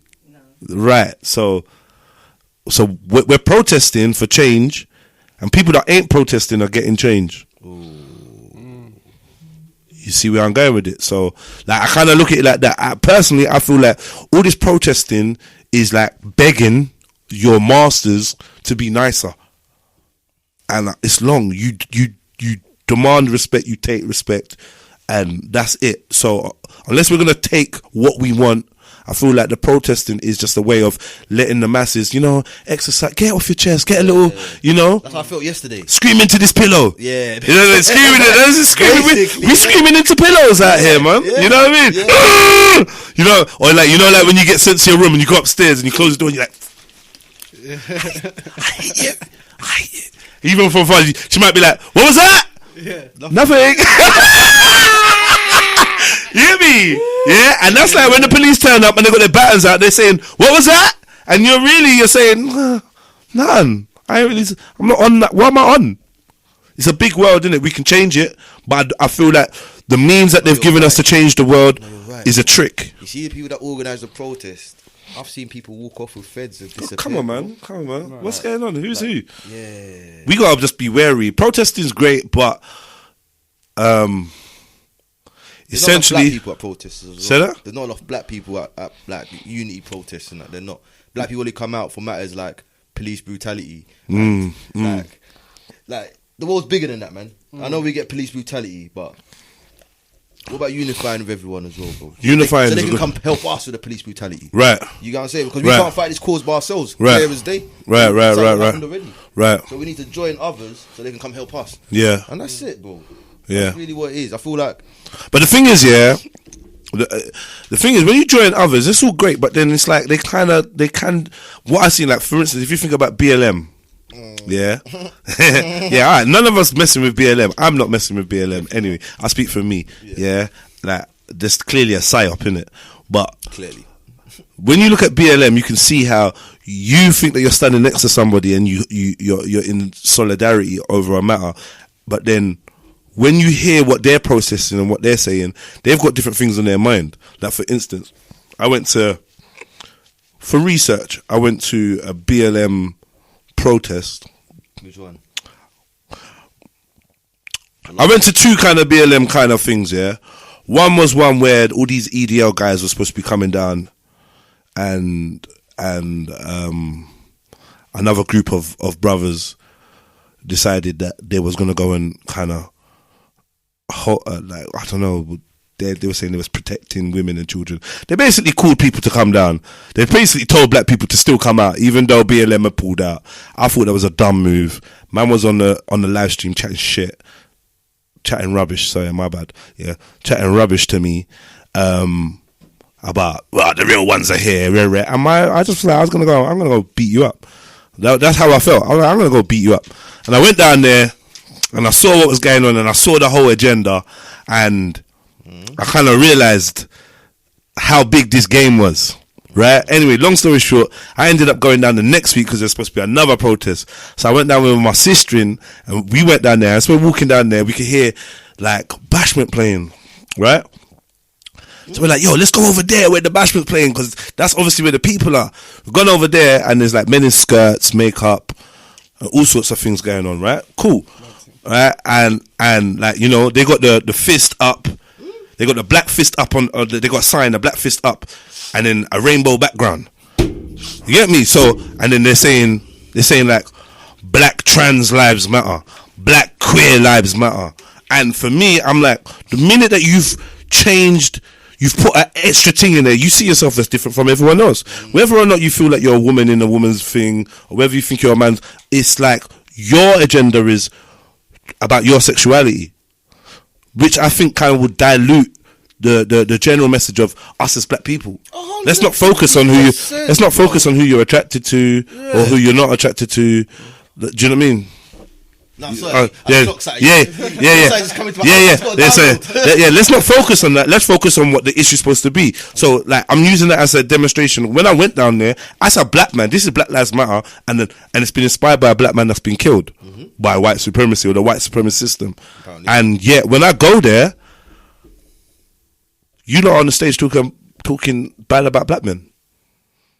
Like, they're on the stage saying, black men, you need to I'm black man. A bit like that John Boyega dude when he went down there. He was like, black men, you need to look after the women. And it's like, bruv, someone died. Like, what are you not chatting about?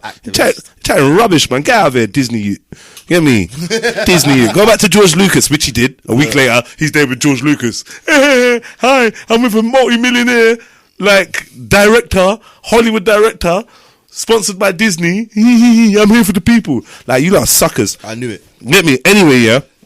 Like, what I'm saying is they're putting down black men at a Black Lives Matter thingy, where I'm seeing black men walking away. They've obviously done the same thing as me and thought, you know, let's go and see where I go on. And they've gone there and they felt like they're being attacked when this is supposed to be something that empowers them.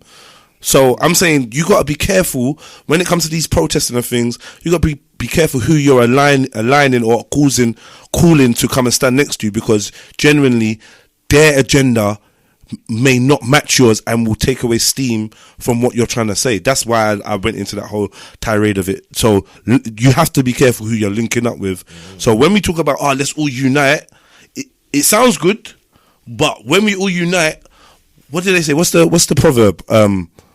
Make sure everybody that's in your boat is rowing in the same direction. And there's no one trying to make a hole in the boat while you're, do you know what I mean? Drill holes while you're trying to get somewhere. And I think that's what you have to be careful with. Like, the idea of everybody uniting is great, but do we have the same vision?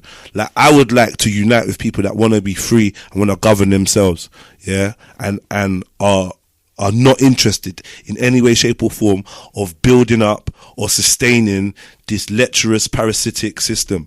Like, there's some people that want to build within the system and be like, yo, like, now we've got this. Now black people, we've got a black mayor and a black president and a black and I'm like, yo, the whole system needs to bun.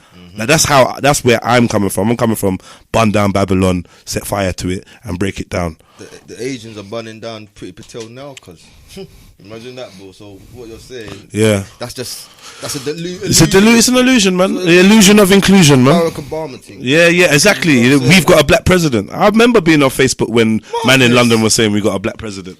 I was very confused. I know what it was. I was like, what? What do you mean? I always thought I was a hater. Because I was speaking out about it, like, right, he's a politician. Like, what's going on? Are you a hater? See, black men don't want to see other black men rise. If you see it like that, then cool. But when you do your research today, it's deep. You see what I want. Come on, so those with eyes have eyes, and you got 100 of them, so you see it though. Let me close up this music thing. We'll get into some deep stuff. Yeah, cool. Motive, man. The Motive live, man. We're coming back, man, because we're getting back to normal now, G. Boy, that's a big thing. But you know what? Fuck it, man. We need to get back to normal. Yeah, we do. Bro. Forget them, bro. You know what? Like, I was just talking with the boss lady, and even she was talking about like live events and stuff like that. And I'm like, yeah, I'd like to get back to live events, but unfortunately, I'm not really sure what the play is. I think like we're in serious times right now. 100%. Yeah, and like, you know, in my heart, I've predicted every step of this pandemic thing. I've everything in terms of when they're gonna let us out, when they're gonna lock us down. Going to that formula, we're gonna be locked down in July or August before Carnival. Before anywhere near that Carnival period, it's gonna be legal to be. You have to be in your yard. Yeah. So I'm like, as an events guy, because I could run an events company called The Motive, yeah, for those that don't know, yeah. As an events guy, I feel like to start it, or to promote it, or to get people thinking that this is going to be running and then it stops again is long. So I'd rather just wait and just actually gauge the temperature for the long run. So I think more towards the end of the year, I'll be more looking to do official events. However, I've not done one day of lockdown. I've never worn a mask. You get me? I'm just saying that now. I've never worn a mask. I've not done nothing. So guerrilla tactics at any means necessary. So if we can link up in the park and do a thing with some speakers, then we're going to be doing that during the summer. We're not playing, but official events in a club or in a venue like that, I don't know, man. I don't think it's going to be happening for a while, Eyes. I'm sorry, bro. But as soon as I do, you're number one on the bill, bro. You get me? Yeah. Don't worry, man. I'm performing, you know. Yeah, me too, man. Been a minute, but I'm not going on no scallywag platform again. That, bro. Yeah. Let's have a little break quickly. Yeah, one break, then we come back. All right, big up. Yo, do you have Illuminati? Yes. Yeah, I think they need to hear this. Still, I think they need to hear this. Play Illuminati. Yeah.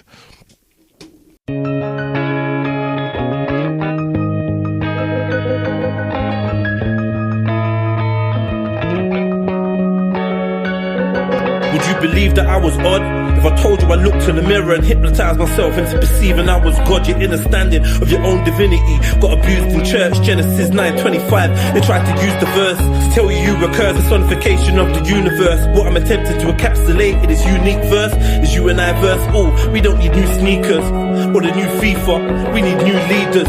And I don't mean Obama or the pastor, your mama, Sean Carter. I'm talking to you fathers more than marijuana farmers, getting bananas with your llamas, always getting into dramas, disrespecting our partners. The kids are left in the darkness and no one's left to lead the way. And they ain't sure who mum loves more, weave or rapes. As I blow a smoke ring, I sip my E&J. I wonder if we never lost pack where we be today. I know it hurts, but it's real. First they work in the kilts, and there's rappers spitting verses in a skirt and some ills. But all the real niggas get murdered and killed. I'm sending out a SOS, this is an urgent appeal. We need more focused soldiers, too many culture vultures.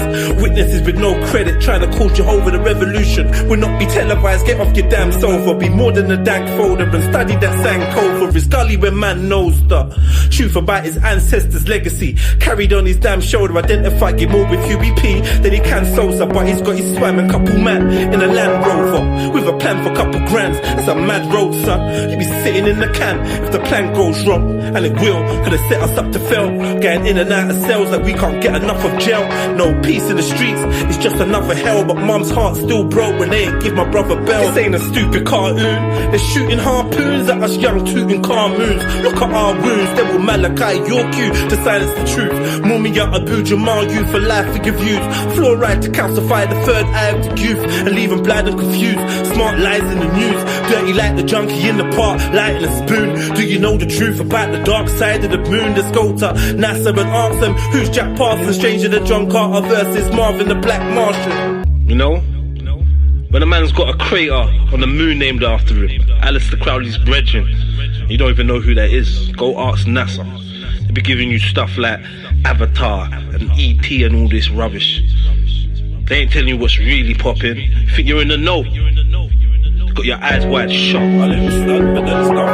We should run up in the Vatican, gas blasting, but you mango munching coons are too busy dancing and laughing, asking for chances and meager advances. An elitist and heartless system, defeat is the harvest. It's like you sow with your soul, but what you're reaping is garbage. Most of you are brainwashed by television, so you switch your brains off while Jedi's spitting. Yeah, he's real, but your dying is still realer. I am 7, the red pill dealer, slanging reality raps about these alleys and flats, no fantasy fronting, trying to bring reality back. Fuck boys keep screaming about carrying straps and handling crap, but none of them can actually rap. Turn on the mixtape, all I hear is yappity yap. I'm getting cash in the trap. Blah blah, something about grabbing my cat. I'm more genocidal, anti-Nubian propaganda. From my mouth of it being perceived as a proper gangster, but I just see a proper wankster. And even though he sells, he's just an anchor. Smoke and mirrors, illusion for the camera. Look how many false prophets infiltrated since the Panthers. I hit the steam room and meditate on blocking chakras. Astral projected by repeating forgotten mantras. Quantum leaping to the past life of Gasper Ganga. No crabs in my bucket, but both my dogs are cancer. When I die, don't cry, just smoke a box of ganja. Throw my CD on the stereo and drop some bangers. One last time, turn it high, let me speak to the masses. Listen to every song I wrote, while you shisha my ashes. Give my son my lyric book and let him read from a passage. I'm a believer in magic, and in every bar I cast a spell to free your minds from this darkened cell. Grant you bell, liberate your soul and break your art from jail. I know you feel your dogs are real, they're fugazi, so good sometimes it's hard to tell, but I can see the star trapped in the heart of a trap star. It's different from a star rapping about trapping but lacks heart. The world gets deceived, but the media easy. Give us free is what I scream at the TV. Holographic subtitles when I dream in Swahili, feeling like the seed of a fiend. All I know is there's lessons that I'm yet to learn, tables that I'm yet to turn, bridges that I'm yet to burn, stripes that I'm yet to earn. Still on the battlefield, feeling like a veteran. They're trying to trick you out your souls, and you're letting them. They're trying to trick you out your souls, and you're letting them. Illuminati.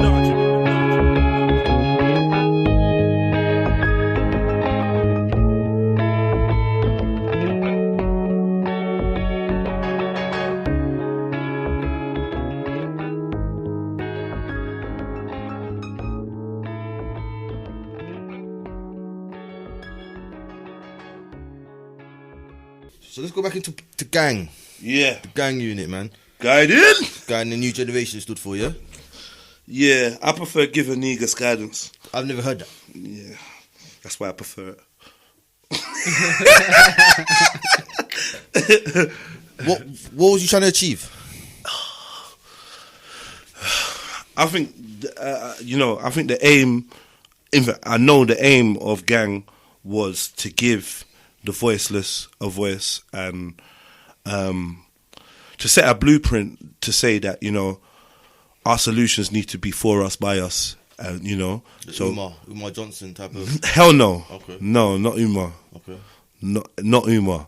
Not anyone. Like you said, I'm anti. This is where the antiness comes in, okay. right?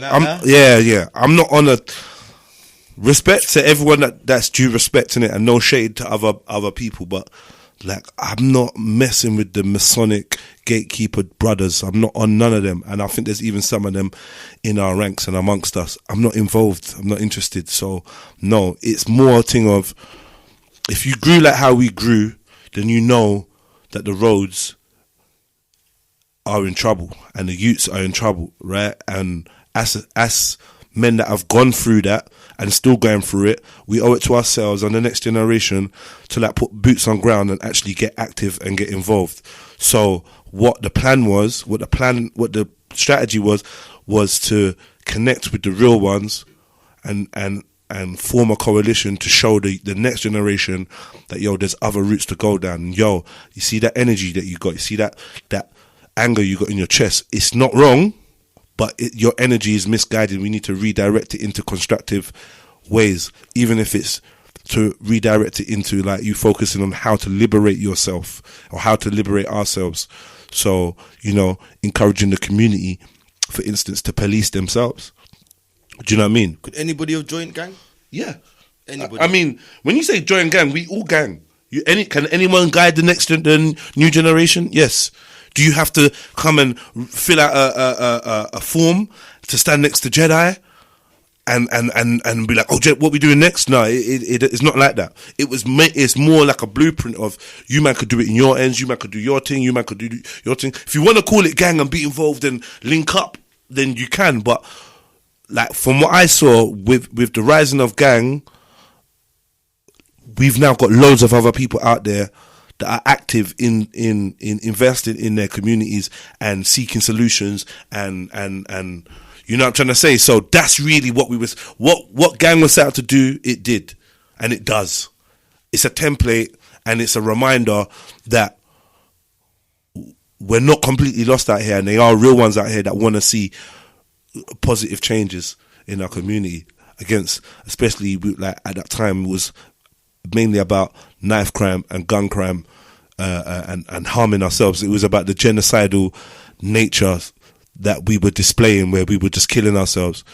So a lot of people think that gang is about telling the youths to stop shotting. I never would tell a youth to stop shotting. I'm not one of these people that's like, oh, selling. This is gonna sound controversial. Selling drugs is bad. I'm never gonna tell a youth selling drugs is bad. I wouldn't. Because at the same time you're going to say selling drugs is bad, then you're going to say, Junior, go to Boots for me and get me some paracetamol.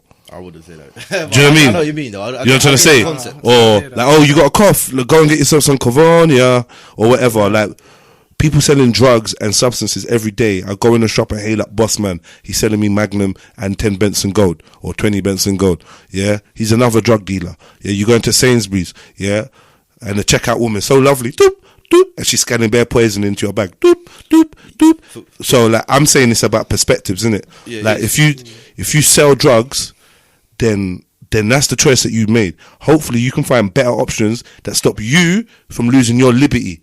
Because that's all I'm concerned about. You going to jail, yeah? And on the flip side, I'm concerned about somebody that wants to take drugs into their system and doesn't love themselves enough to avoid the poison. Like you know, I'm here drinking rum punch, yeah? 100 eyes don't drink, so he don't want none. Do you know what I'm trying to say? And he called it poison. And I respect it because it's poison. But we still bigging up the person that gave us the rum punch. We bigging him up. I'm bigging him up because it's a business and it's a black person and they're trying to create something. And because you don't drink rum punch and you see it as poison, you're not necessarily scorning them. No. Do you know what I'm trying to say? So this is what I'm saying. The young man, he's selling his poison, trying to make his business. I ain't scorning him. Do you understand what I'm saying? I get it. I'm not doing it personally, but I get it. And you know what, brother? You're an entrepreneur. And you know what? You could take that your marketing ability, your promotion ability, and you could take it and put it into this or into that, onto that. But what I'm not going to say is what you're doing is wrong, what you're doing is bad, because I don't believe that. Okay. I don't believe that it's wrong. I don't believe heroin, cocaine, any of these things should be illegal. I don't believe we should live in a society where someone tells you what you can and can't put into your body. Sorry. Do you know what I mean? I think that's where we get oppressed. I feel like for the youths, it's more a tunnel vision, though. They're not given a lot of options to make money. Right. It's just like this path. Right. So I feel like if you give them more of a path, they could do something different. Put it this way, though, more than anything, you can sit at home and make millions now. I know. So we in a different era now, innit? Yeah, where I think like even the drug game is kind of dead. Yeah. It's dead because if you smart, if you got a little piece of intelligence, like 10% of intelligence, you can go far. Like you don't need to like. We maybe needed to short. I used to like fly over counters. I used to like, you know what I mean. I used to fly over counters, grab tills and hit saves and that. Do you know what I mean? Now you can set up an eBay account I feel like as people get lazy though as well. They don't really want to graft. They want the easy way out. Do you get what I'm saying? Like that's nature, though. It is nature. But I don't know. That's not me. I'm a grafter. Yeah, I don't mind taking a long way. Yeah. Where I need to go. Because I'm on legacy. Right. I'm on a quick buck. Right. Yeah, of course. But yeah, man. But I don't know about this drug stuff, man. We need to stop that, man. I think that's killing our communities the most, though. Selling the drugs, especially the youth. I think what's killing our communities is the lack of opportunities. I think what's killing our communities is the stereotypes and the racism that they face. I think what's killing our communities is the fact that we live cheek by jowl, top and tail, one on top of the other in an unnatural way. You know what I mean? And I think the way that we're living, like as in the actual housing, the actual way that we live, I'm your next door neighbor and lose above me. That energetically is wrong. Yeah, okay, yes. Do you know what I mean? So even if the format of where we lived was set out differently, you'd see different things coming from that environment. You know, respect. You know what I mean? You plant seeds in a certain way, right? Respect. Do you know what I'm trying to say? Mm-hmm. So I see what man's saying about... You don't grow your crops right next to each other. Right. You give it space, 5 centimeters. Right. As beings, we're out here projecting all different types of energies, spiritual, mental. You know, your thoughts are like electromagnetic waves, and we affecting each other. Women get close to each other, and their periods synchronize. Right. So do you know what I'm saying? So we obviously have an effect on each other. So we're plants of emotion. Right. So maybe us all living like this is another reason why the symptoms we're seeing come out. But I don't think it's because John has decided to sell this. That's what's killing our community. No, because why are people wanting to take crack in the first place? No, you're right. There's something behind that. We can always go further back and look for the root cause. When we get to the root cause, it's not the drugs, it's not the gun, it's not the knife. Yeah, it's the environment. Even something simple like, have you heard of thinking space? Right. Do you get what I'm saying? Thinking space, bro. It's invisible, you know. Yeah. But yeah, it's needed. Like if you're living in a box all day long, how big's your thinking space? I need to go somewhere and think, clear my mind. You see that?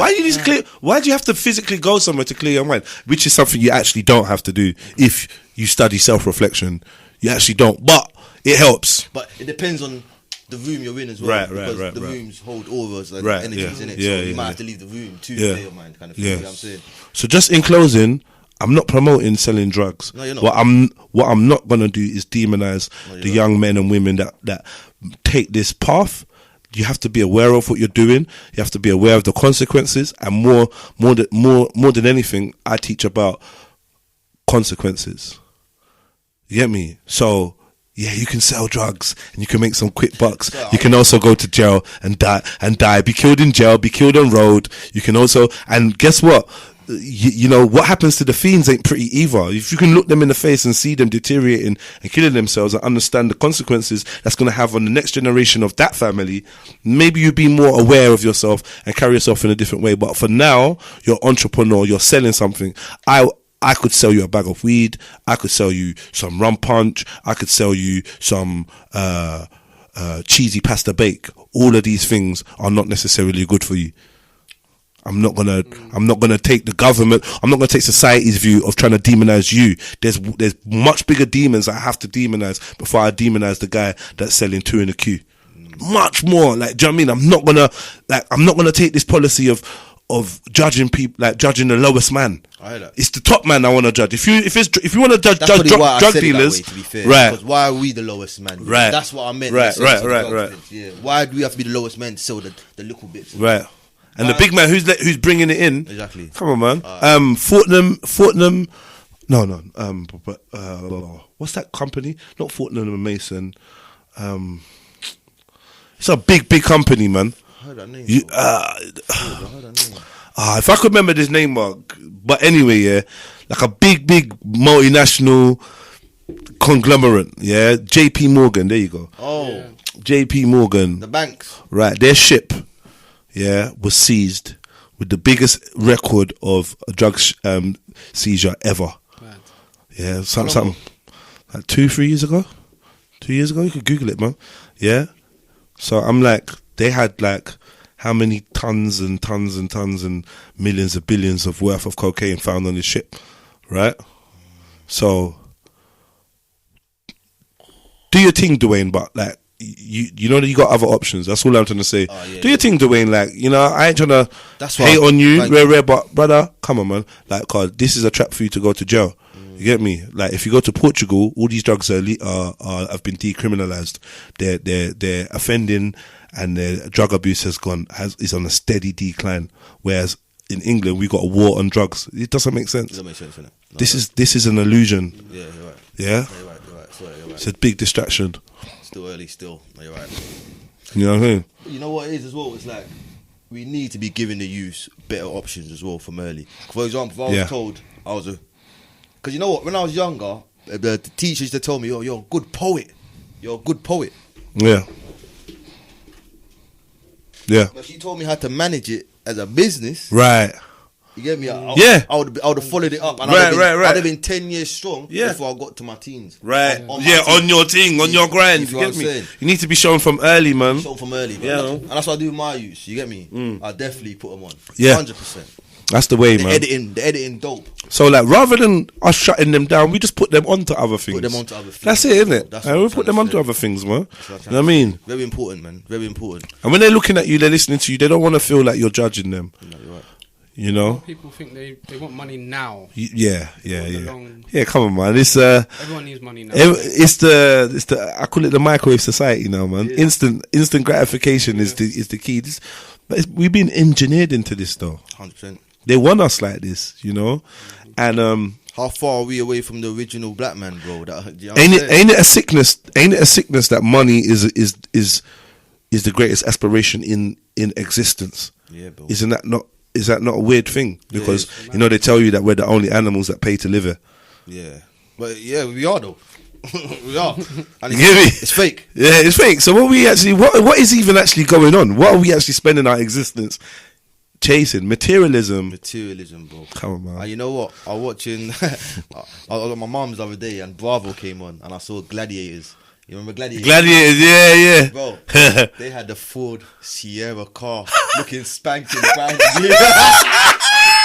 That was the prize. Was that the prize? Yeah, that was the prize. No way. I was busting Sierra, you know. Bro, you did not sell out here, bro. Mad. Because you don't see hindsight. Yeah. Crazy. What's your thoughts on woke culture? Because it's a new term, innit? Yeah, I'm not feeling it, man. All my terms are getting taken. First, you lot take Trill. Then these lot are taking woke culture. Like, allow it, man. Oh yeah, here we go. Yeah, woke culture is. I mean, man, look, like I said, like we said this earlier, right? Mm-hmm. They're gonna package everything that's good for you in a way and kind of divert you away from the rawness of it, the true elements. They do it with everything: hip hop, the African culture, history. Do you know, whatever, anything you can think of to celebrate that might be a positive, they've commercialized it, they've packaged it, and they've resold it to the people, and then they put gatekeepers in the head of it. So now we've been conscious and aware from youths, like aware of our environment. We were always told that we were paranoid and we're in victim mode and making excuses. Now they're repackaging the things that we've always known, and they're giving it to you in the terms of Russell Brand. Yeah. Hear me? Oh, Russell Brand's now telling you don't trust the governments, and maybe they're not telling us the truth. And then everyone's like, "Ooh, yeah, like rare." They give it a name, wokeism. Now. Right? But Sizzler's been telling you this in his tunes from how long? Yeah, for real. Or whoever you could get me, fella, whoever you can think of, they've been showing us about the you know what's behind the veil is it's always been there. So the wokeism and that is just right. Come on, fam. Like, it's just been put in place to control the narrative, and then give the gatekeepers the power to lead you in certain directions. Is what I believe. So you know, it's not a gang thing. It's not like I was saying. Being woke is not a group sport. Do you know what I mean? It's not a group sport, it's an individual thing, and don't get caught up in fads and titles and hypes, because that's what it seems to all be about. If you're about your black people, you have to wear red, black and green and do this and wear a beret and some shit to show that you care about black people. This is some cliche bollocks. Everyone doing that is just not a socialist sign. Where does anyone know where the fist raise comes from? Do you think that this is a black people's thing or something? What do you think? You got ancient ancient carvings and pyramids of black people doing this. People think that this represents blackness. This is a socialist movement. You have to understand what you're dealing with. A lot of the people were Marxists and socialists, and these things came out of the university houses. And these are... Go and check it out. Go and check out the history of the raised fist. No, I'm just going to say, just check out the history of the raised fist, and you can see how symbols and sounds and sound bites are gimmicks used to make people seem like they're in tune with a certain thing. But you don't have to do anything like the Rasta say. You don't have to be you don't have to have locks to be a Rasta. You don't have to wear a beret to be woke. You know what I mean? You don't have to go and protest to care about what's going on in your community or in the world. Like, you don't have to call yourself woke to be a. You know what I mean? In that norm now, right? Everything there judges it, innit? You don't have to put 420 in your name to show that you like weed. Yeah, you're right. You don't have to go to 420 in Hyde Park to bun a zoot. Right. We bun zoots every day. Right. You Right. You see what I'm saying? So all these things are like little institutions put there. In the Bible, you got a saying of the tax collector and the Pharisee. Yeah, and the tax collector was somebody that was shunned in society because he was like anti the people. He'd come and get your money, and people, the tax collector, right? The Pharisee was like a tribe of very proud, religious, holy people, and they'd go and like in the parable, the Pharisee was praying loud, like, I don't know, oh God, hear me, I love you, God, like, you know, shouting, and then the tax collector was just like, yeah, God, yeah, can you hear me? Like, yeah, I'm approaching you today in prayer, and da-da-da. And it was like, people were saying that the tax collector was disgusting. Get out of here, you tax collector. My man saying, nah, it's you, the loud and proud one. You're the fake one. The trillest one is the one that's humble with it and just doing it out of not to show other people who's doing it. He's doing it because he means it. So when it comes to wokeism, if you're aware and you're woke and you're looking for information, you're trying to get to the truth, then that will shine from the inside out. People screaming, and everyone's dying for something to belong to.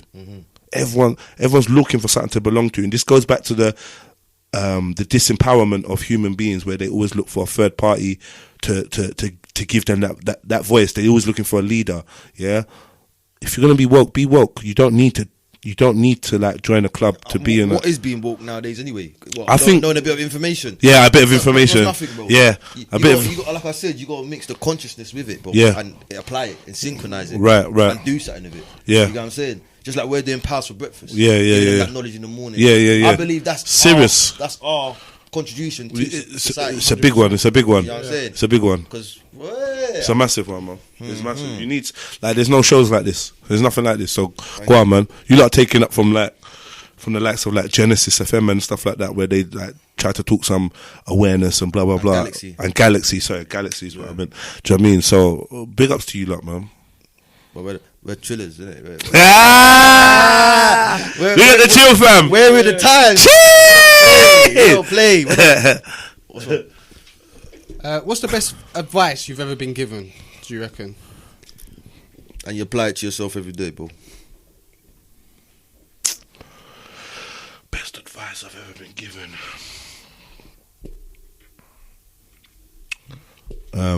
Be yourself.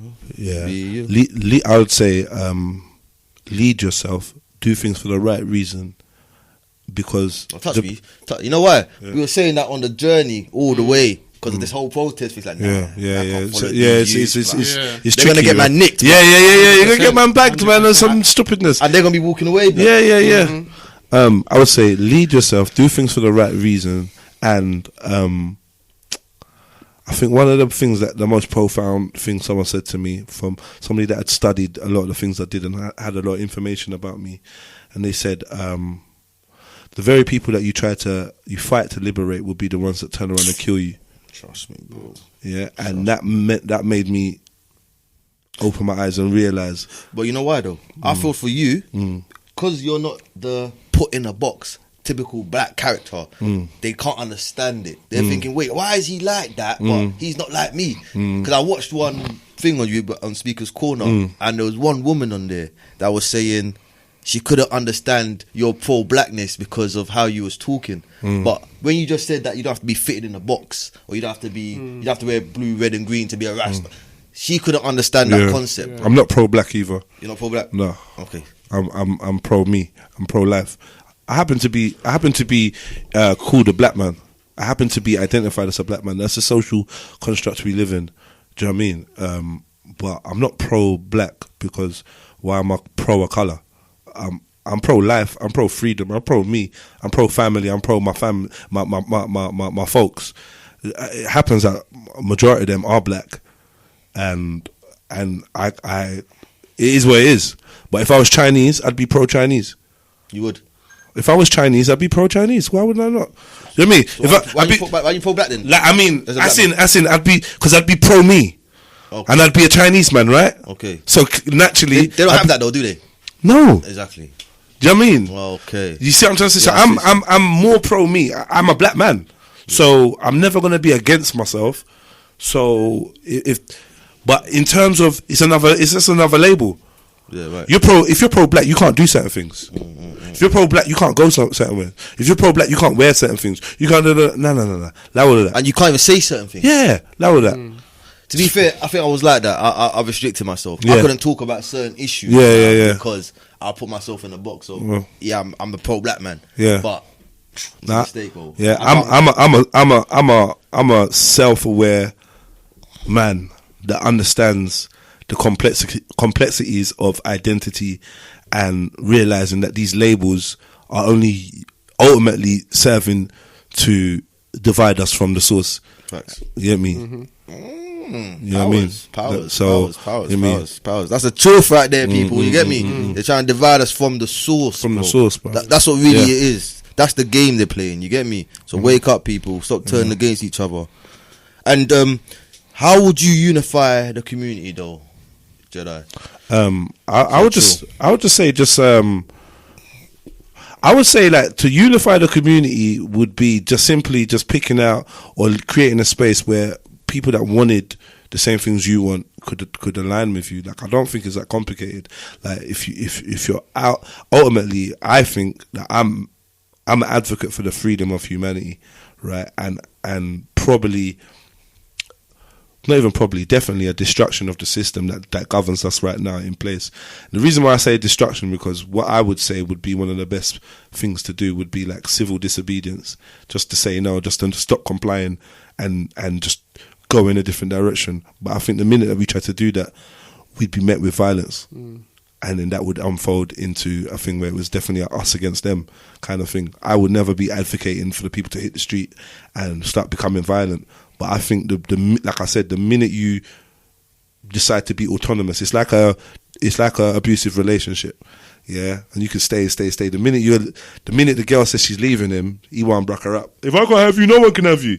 And I think that's the kind of relationship we're in now with our government. Whereas if we just decide that we don't want to be ruled and we want to rule ourselves, there's going to be big issues. Damn. Do you know what I mean? So we're forced in a relationship, right, man. This is abusive. It's an abusive relationship, bro. Of course it is. Hey. Time and time again, they're showing you it's an abusive relationship. Right now, we're going through some mad abuse. Mad. You can go out, you can't go out, you can go there, you can't go there. You get me? Shouldn't. It's crazy. Where's our freedom as beings? It's an illusion, brother. We're infants. We're in the infant status socially. We've not even reached adolescence, let alone adulthood. When you break it down like that, yeah. You can go out and you can't go out. Right. Yeah. We're not even adults. Damn. So, yeah. And what are the issues in the community, do you think? The main issues? And how would you fix them?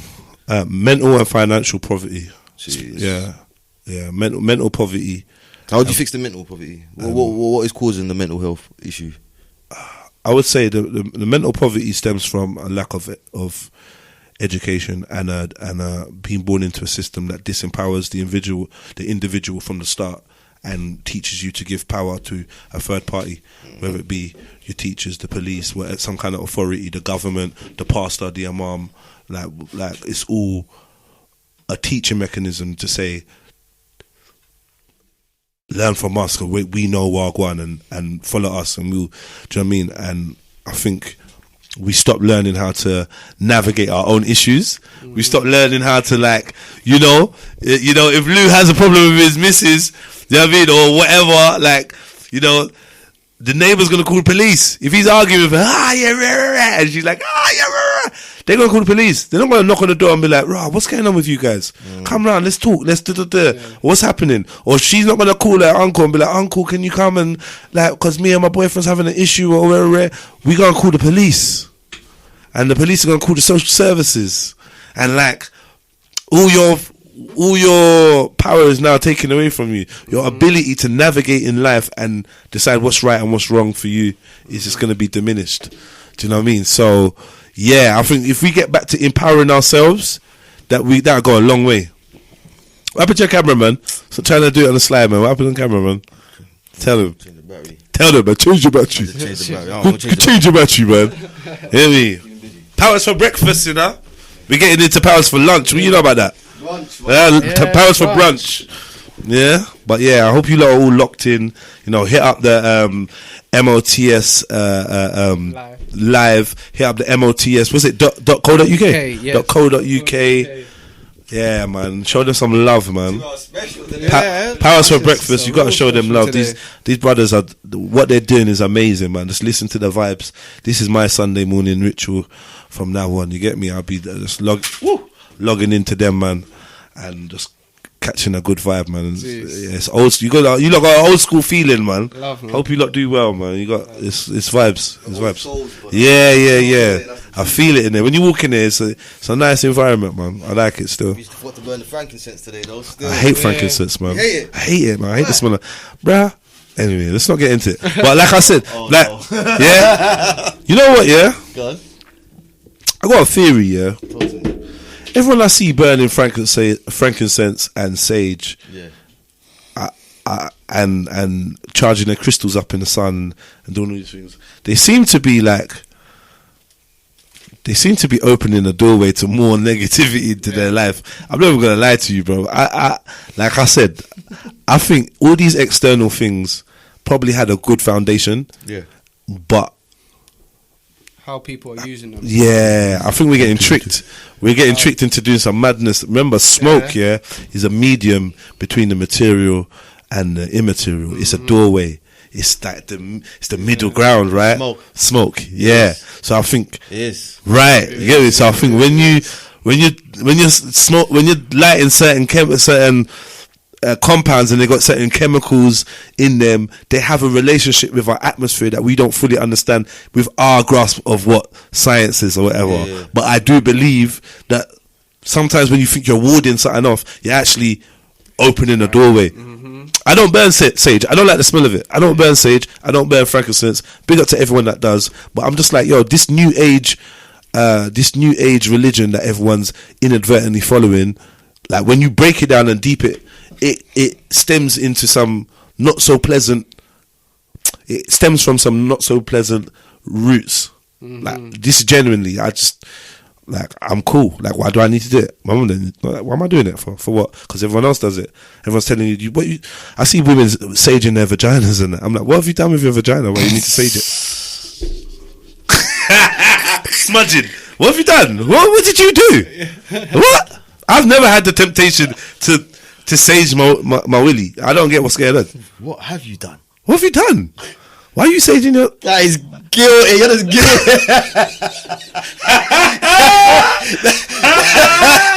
Yo! You're just guilty as hell. What happens to just jumping in the bath or whatever? Or even a quick whole bath in the sink? What's going on? Who's leading that? See, you know what? He's 100% right. We're talking about gatekeepers. Because who done that? Was it Erica Badu? Was it Badu? Badu, you know. Badu, like, you know, I like her music. So do I, but nah, I'm not feeling her. I'm not feeling her. No. No. And I really like that Baduism and that. Yeah, she's a talented artist, but I'm not into what everyone's into, man. I can see that. I can hear it. And I feel like the people need to know that as well, because there is only like a certain narrative. Your narrative is new. Yeah. It's new. It's old. No, but it's a new thinking, right, compared to what we've been hearing recently. I feel like not to correct you, but I would say compared to what has been promoted to us, and this is what we have to keep remembering. Yes. Yeah. Every time someone new pops up, you got to think to yourself, who wants me to see this person? Because I'm seeing this person for a reason. Like I've no doubt that this is a great interview, but I feel like it will never get the exposure that someone else's interview would get because of the content. And that lets me know that the algorithms and the platforms, they're all listening. They all determining what gets the shine and what doesn't. 100%. And sometimes you got to wonder, who decided that this was cool to go viral or for loads of people to see? I've done so much works, and the only thing that's gone viral of me is madness. Speaker's Corner, and it's like slightly, I don't want to use the word positive or negative, but slightly non-constructive kind of. Well, people feed into BS, isn't it? Right. You know this, bro. But all the good works that we've done never went viral. But I heard it, so. But I'm a deeper. I look into things. You got to dig. I'm just not looking for for clout. I'm looking for what's real. Saying. That's what I clocked. That's what I said to you today. On the way I said, he's very intelligent brother, you know. When I watched your stuff, and you articulate very well, bro. Thank you. You can stand up for yourself. I respect and you don't get pressured. Yeah. You deal with pressure very well. And you're honest, so I'm gonna have to big up SE Punch Homemade, by Bib's Kitchen. Big up. You lot have lubricated the vocals. Yeah. Yo, big up who? Yeah, big up. Yeah, SE Punch Homemade by Bib's Kitchen. Yeah, because this is kind of lit still. It's nice. 100 Eyes was trying to say it's watery, but I'm like, nah, man. It's like 100 Eyes didn't even drink it. Nah, 100 Eyes didn't drink it, man. It's live. I like this one. It's early, but yeah, it's lunchtime now. It's lunchtime. It's brunch time. You feel me? Then they say it's 5 o'clock somewhere in the world. Yeah. I heard that saying. What was you doing during COVID? There's a whole year off, innit? We were just out. We were just out, man. Okay, I was getting studio. Okay, we're just living. Like, I mean, nothing never stopped. We was hustling, trying to get it in, working. The only thing I could say is like exercise and stuff like that. To be honest, I stopped training for like 2 years. So I started getting chubby, cheeks start getting big, belly starts getting big. You training now? I'm back now. So I've been back for a week and a half, 2 weeks. So you're aching right now? Nah, I should be. I took that. I took the weekend off. I should be aching, but I'm all right.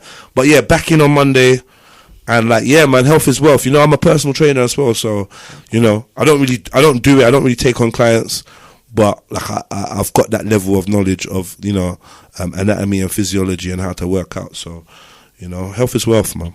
Trill training. Jeez. Trill training. Yeah. Sips rum. Dirty walk. What's the plans for Red Pill Trill then? Release more music. More visuals and stuff like that. Just enjoy the creativity. We got Venom and Carnage coming out.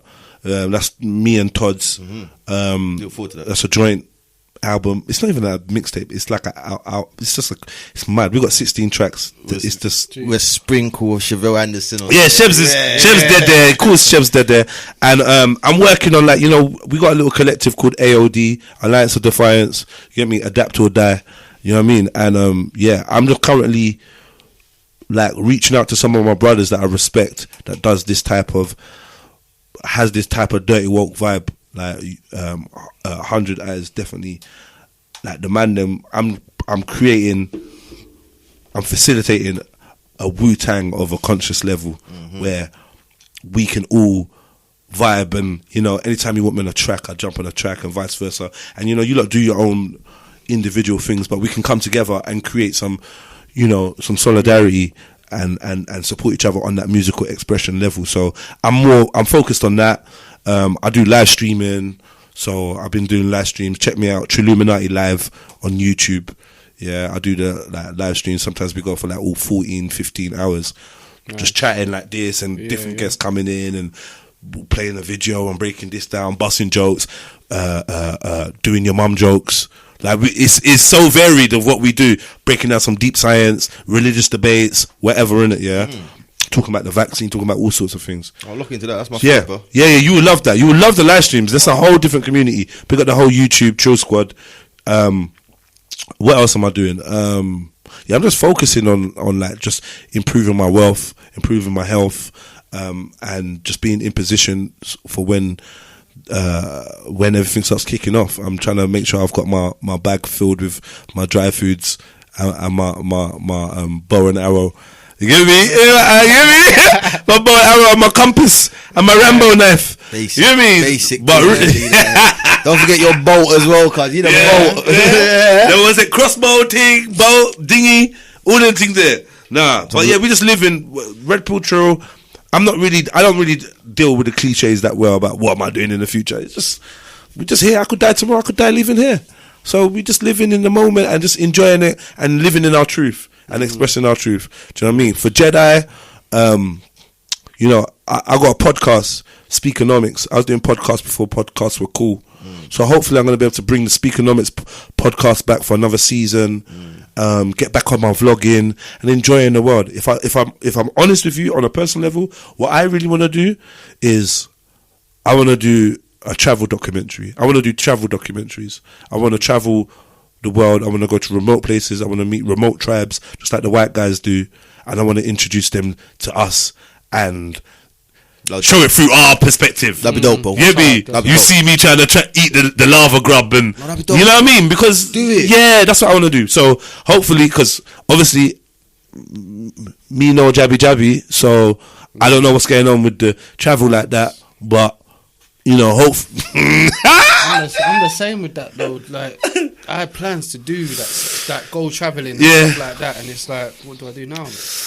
What do we do now, bro? Really, what do we do now? I don't know, bro. Do you know what I'm saying? Like, I don't know. It's a mess, isn't it? It's a mess, bro. It's too much. It's too messy. We grounded, man. We in trouble. We grounded, or not? I don't know. And then I seen all these artists flying around, and I'm wondering whether they've all taken the jab. They took the jab, bro. Yeah, definitely, bro. They took the jab, and that's what I hear. If I have to go on holiday, they have to go on holiday, you know. Yeah. They took it. That's why they. That's why. Yeah. That's it. Yeah. Why are we here? There, because no one took the jab. Yeah. So I mean, depending on how that works out, we'll see, innit? But hopefully, the whole infrastructure will have exploded. People would have gone mad and realised they're not having it no more, and hopefully it's a war zone out there. Bro, it's been a year.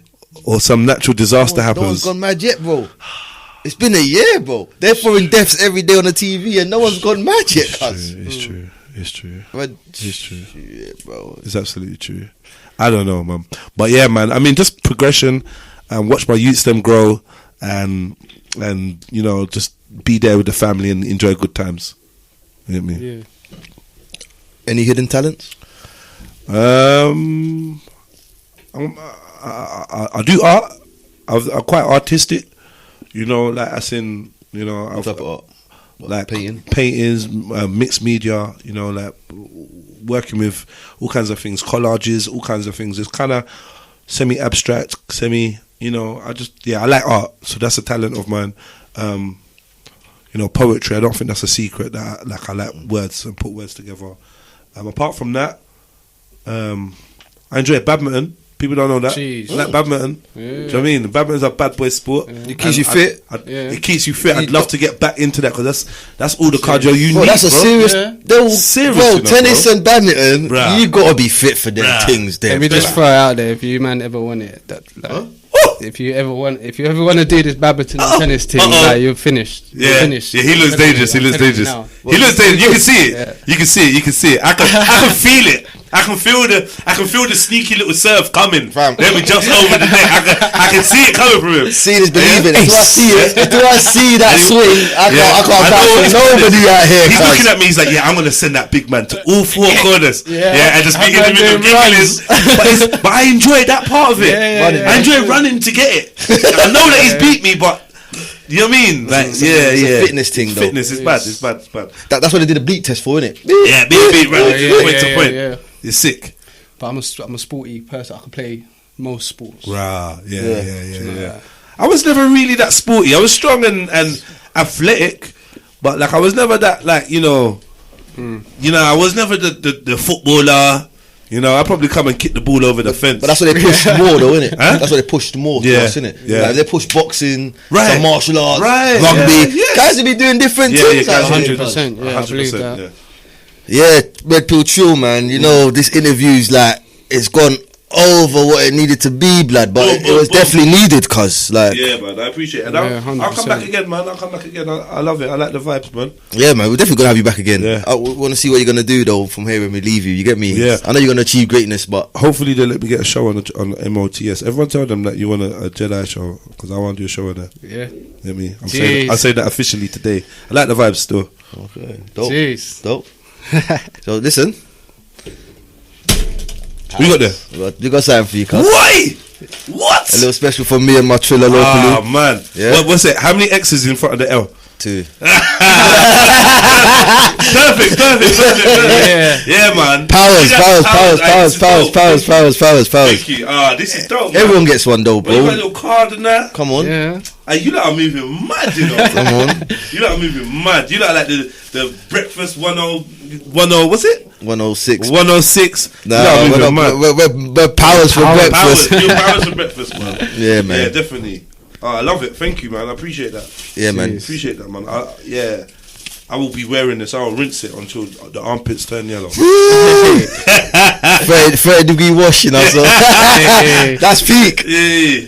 But yo, thank you for coming down, Yes, Redpilltrill. I You get me, appreciate that, cuz. I wish we had long. Like there's so much to talk about. We ain't even done everything. Yeah. Like it's mad. We need to do a podcast. We do that, man. Yeah. We do a podcast. We chill and get together, man. Let's link up, man. I respect you guys, man. Or when you do your one, hit us up. We'll come and sit there and chat. We're connected, man. We're connected. That ain't going nowhere, man.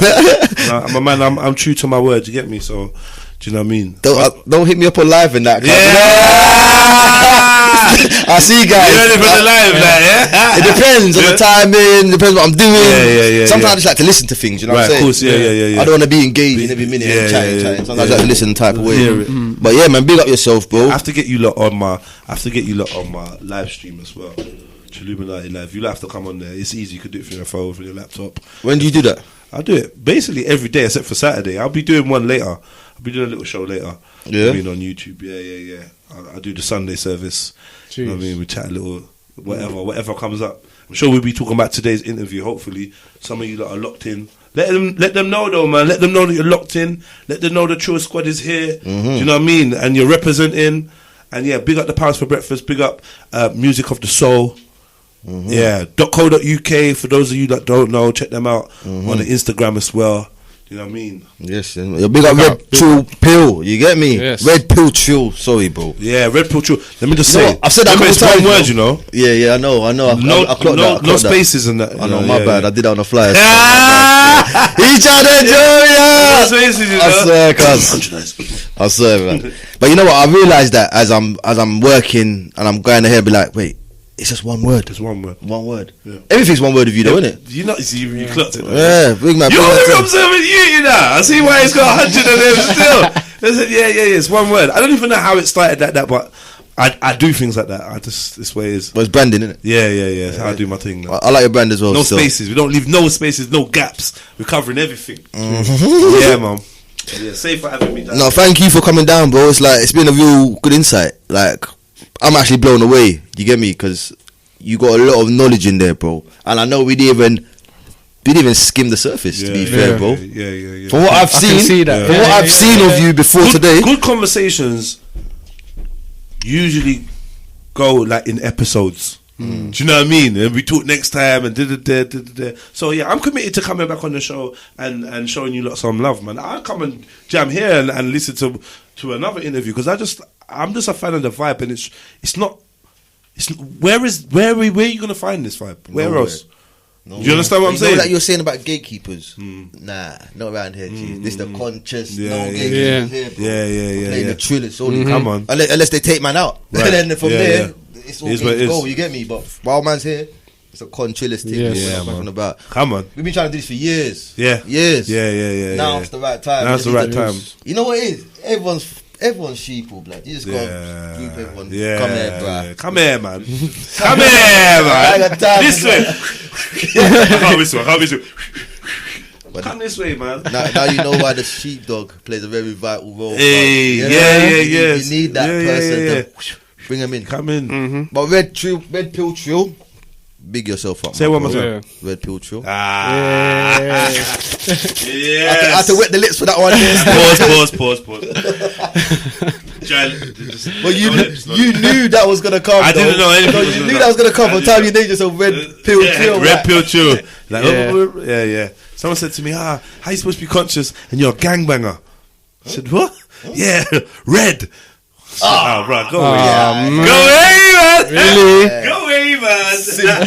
Simpleton. Simp. Go away, man. Go away. Yo, I hope everyone liked this interview today. You know, like it's crazy. We're here. I had to be home by now. You know what I'm saying? Yeah, no, real talk. But we're here right now. You get me? So just know we love this interview, and it had to stretch. Yeah. Man. There's no time on it. You know what I like the fact that when I go places, I find a way to kind of make it a bit different than what normally happens. Yeah, I like that. When I go places, I like, we don't normally, or I don't normally do that. I'm like, that means that the energies are working. You know what I mean? Where it's vibesy. Let's do this, man. Yeah, let's do this, man. Let's do this. Big up. So what? We're looking to see you again someday, though, innit? Definitely. You get me? Yeah. What I just said, bro. When you're ready, let's load up part 2 of the convo or podcast. Let's do something, man. I'm down. You know what I mean? I'm cool. down, man. Look, the fans heard it twice now, so come on. Yeah, man. Can't deny that. Solidified, man. Yo, big up everyone locked in, though. Yes, This big is the 'em up. House of Breakfast show with myself, 100 Eyes, and the Trilla Local Lou. Yeah. With the Trilla Redpilltrill. Cheers. Yes. And we're man. out today. On musicofthesoul.co.uk. Show these lot love. Yeah, they're doing big things. Powers for breakfast, powers for lunch, powers for dinner, because powers for winners. Jeez. I am mad. You little vagabond and unforgettable parasite. Yeah. Talk about you a sound dog and I know that we are dance champions and come to sound politics. Strength, love, honor, trust. That shit makes me wanna bust my ting on a fed for violating one of us. Take a king heart and then dip it in rage. Force a king to live in a cage. Make him a slave for minimum wage. Put death on his plate and then fill him with hate. This is the world that we live in today. All of our energy given away. Malevolent entities have been manufacturing enmity. We've been enemies for centuries. So what, bruv? What's that got to do with essentially, they want us all gone eventually. Okay. Alliance of defiance, the rise of the rebellious tribes. I'm dead into ride. What is life if you ain't ready to die? I'm trying to thrive. What's the sky if you ain't ready to fly? What kind of guy am I if I ain't ready to try? Don't you know? All smartphone screens are scrying mirrors, don't you know? Where supreme beings ruled by lying lizards, don't you know? My free eyes open, but I ain't crying rivers. Strength, love, honor, trust is all you need if you ride.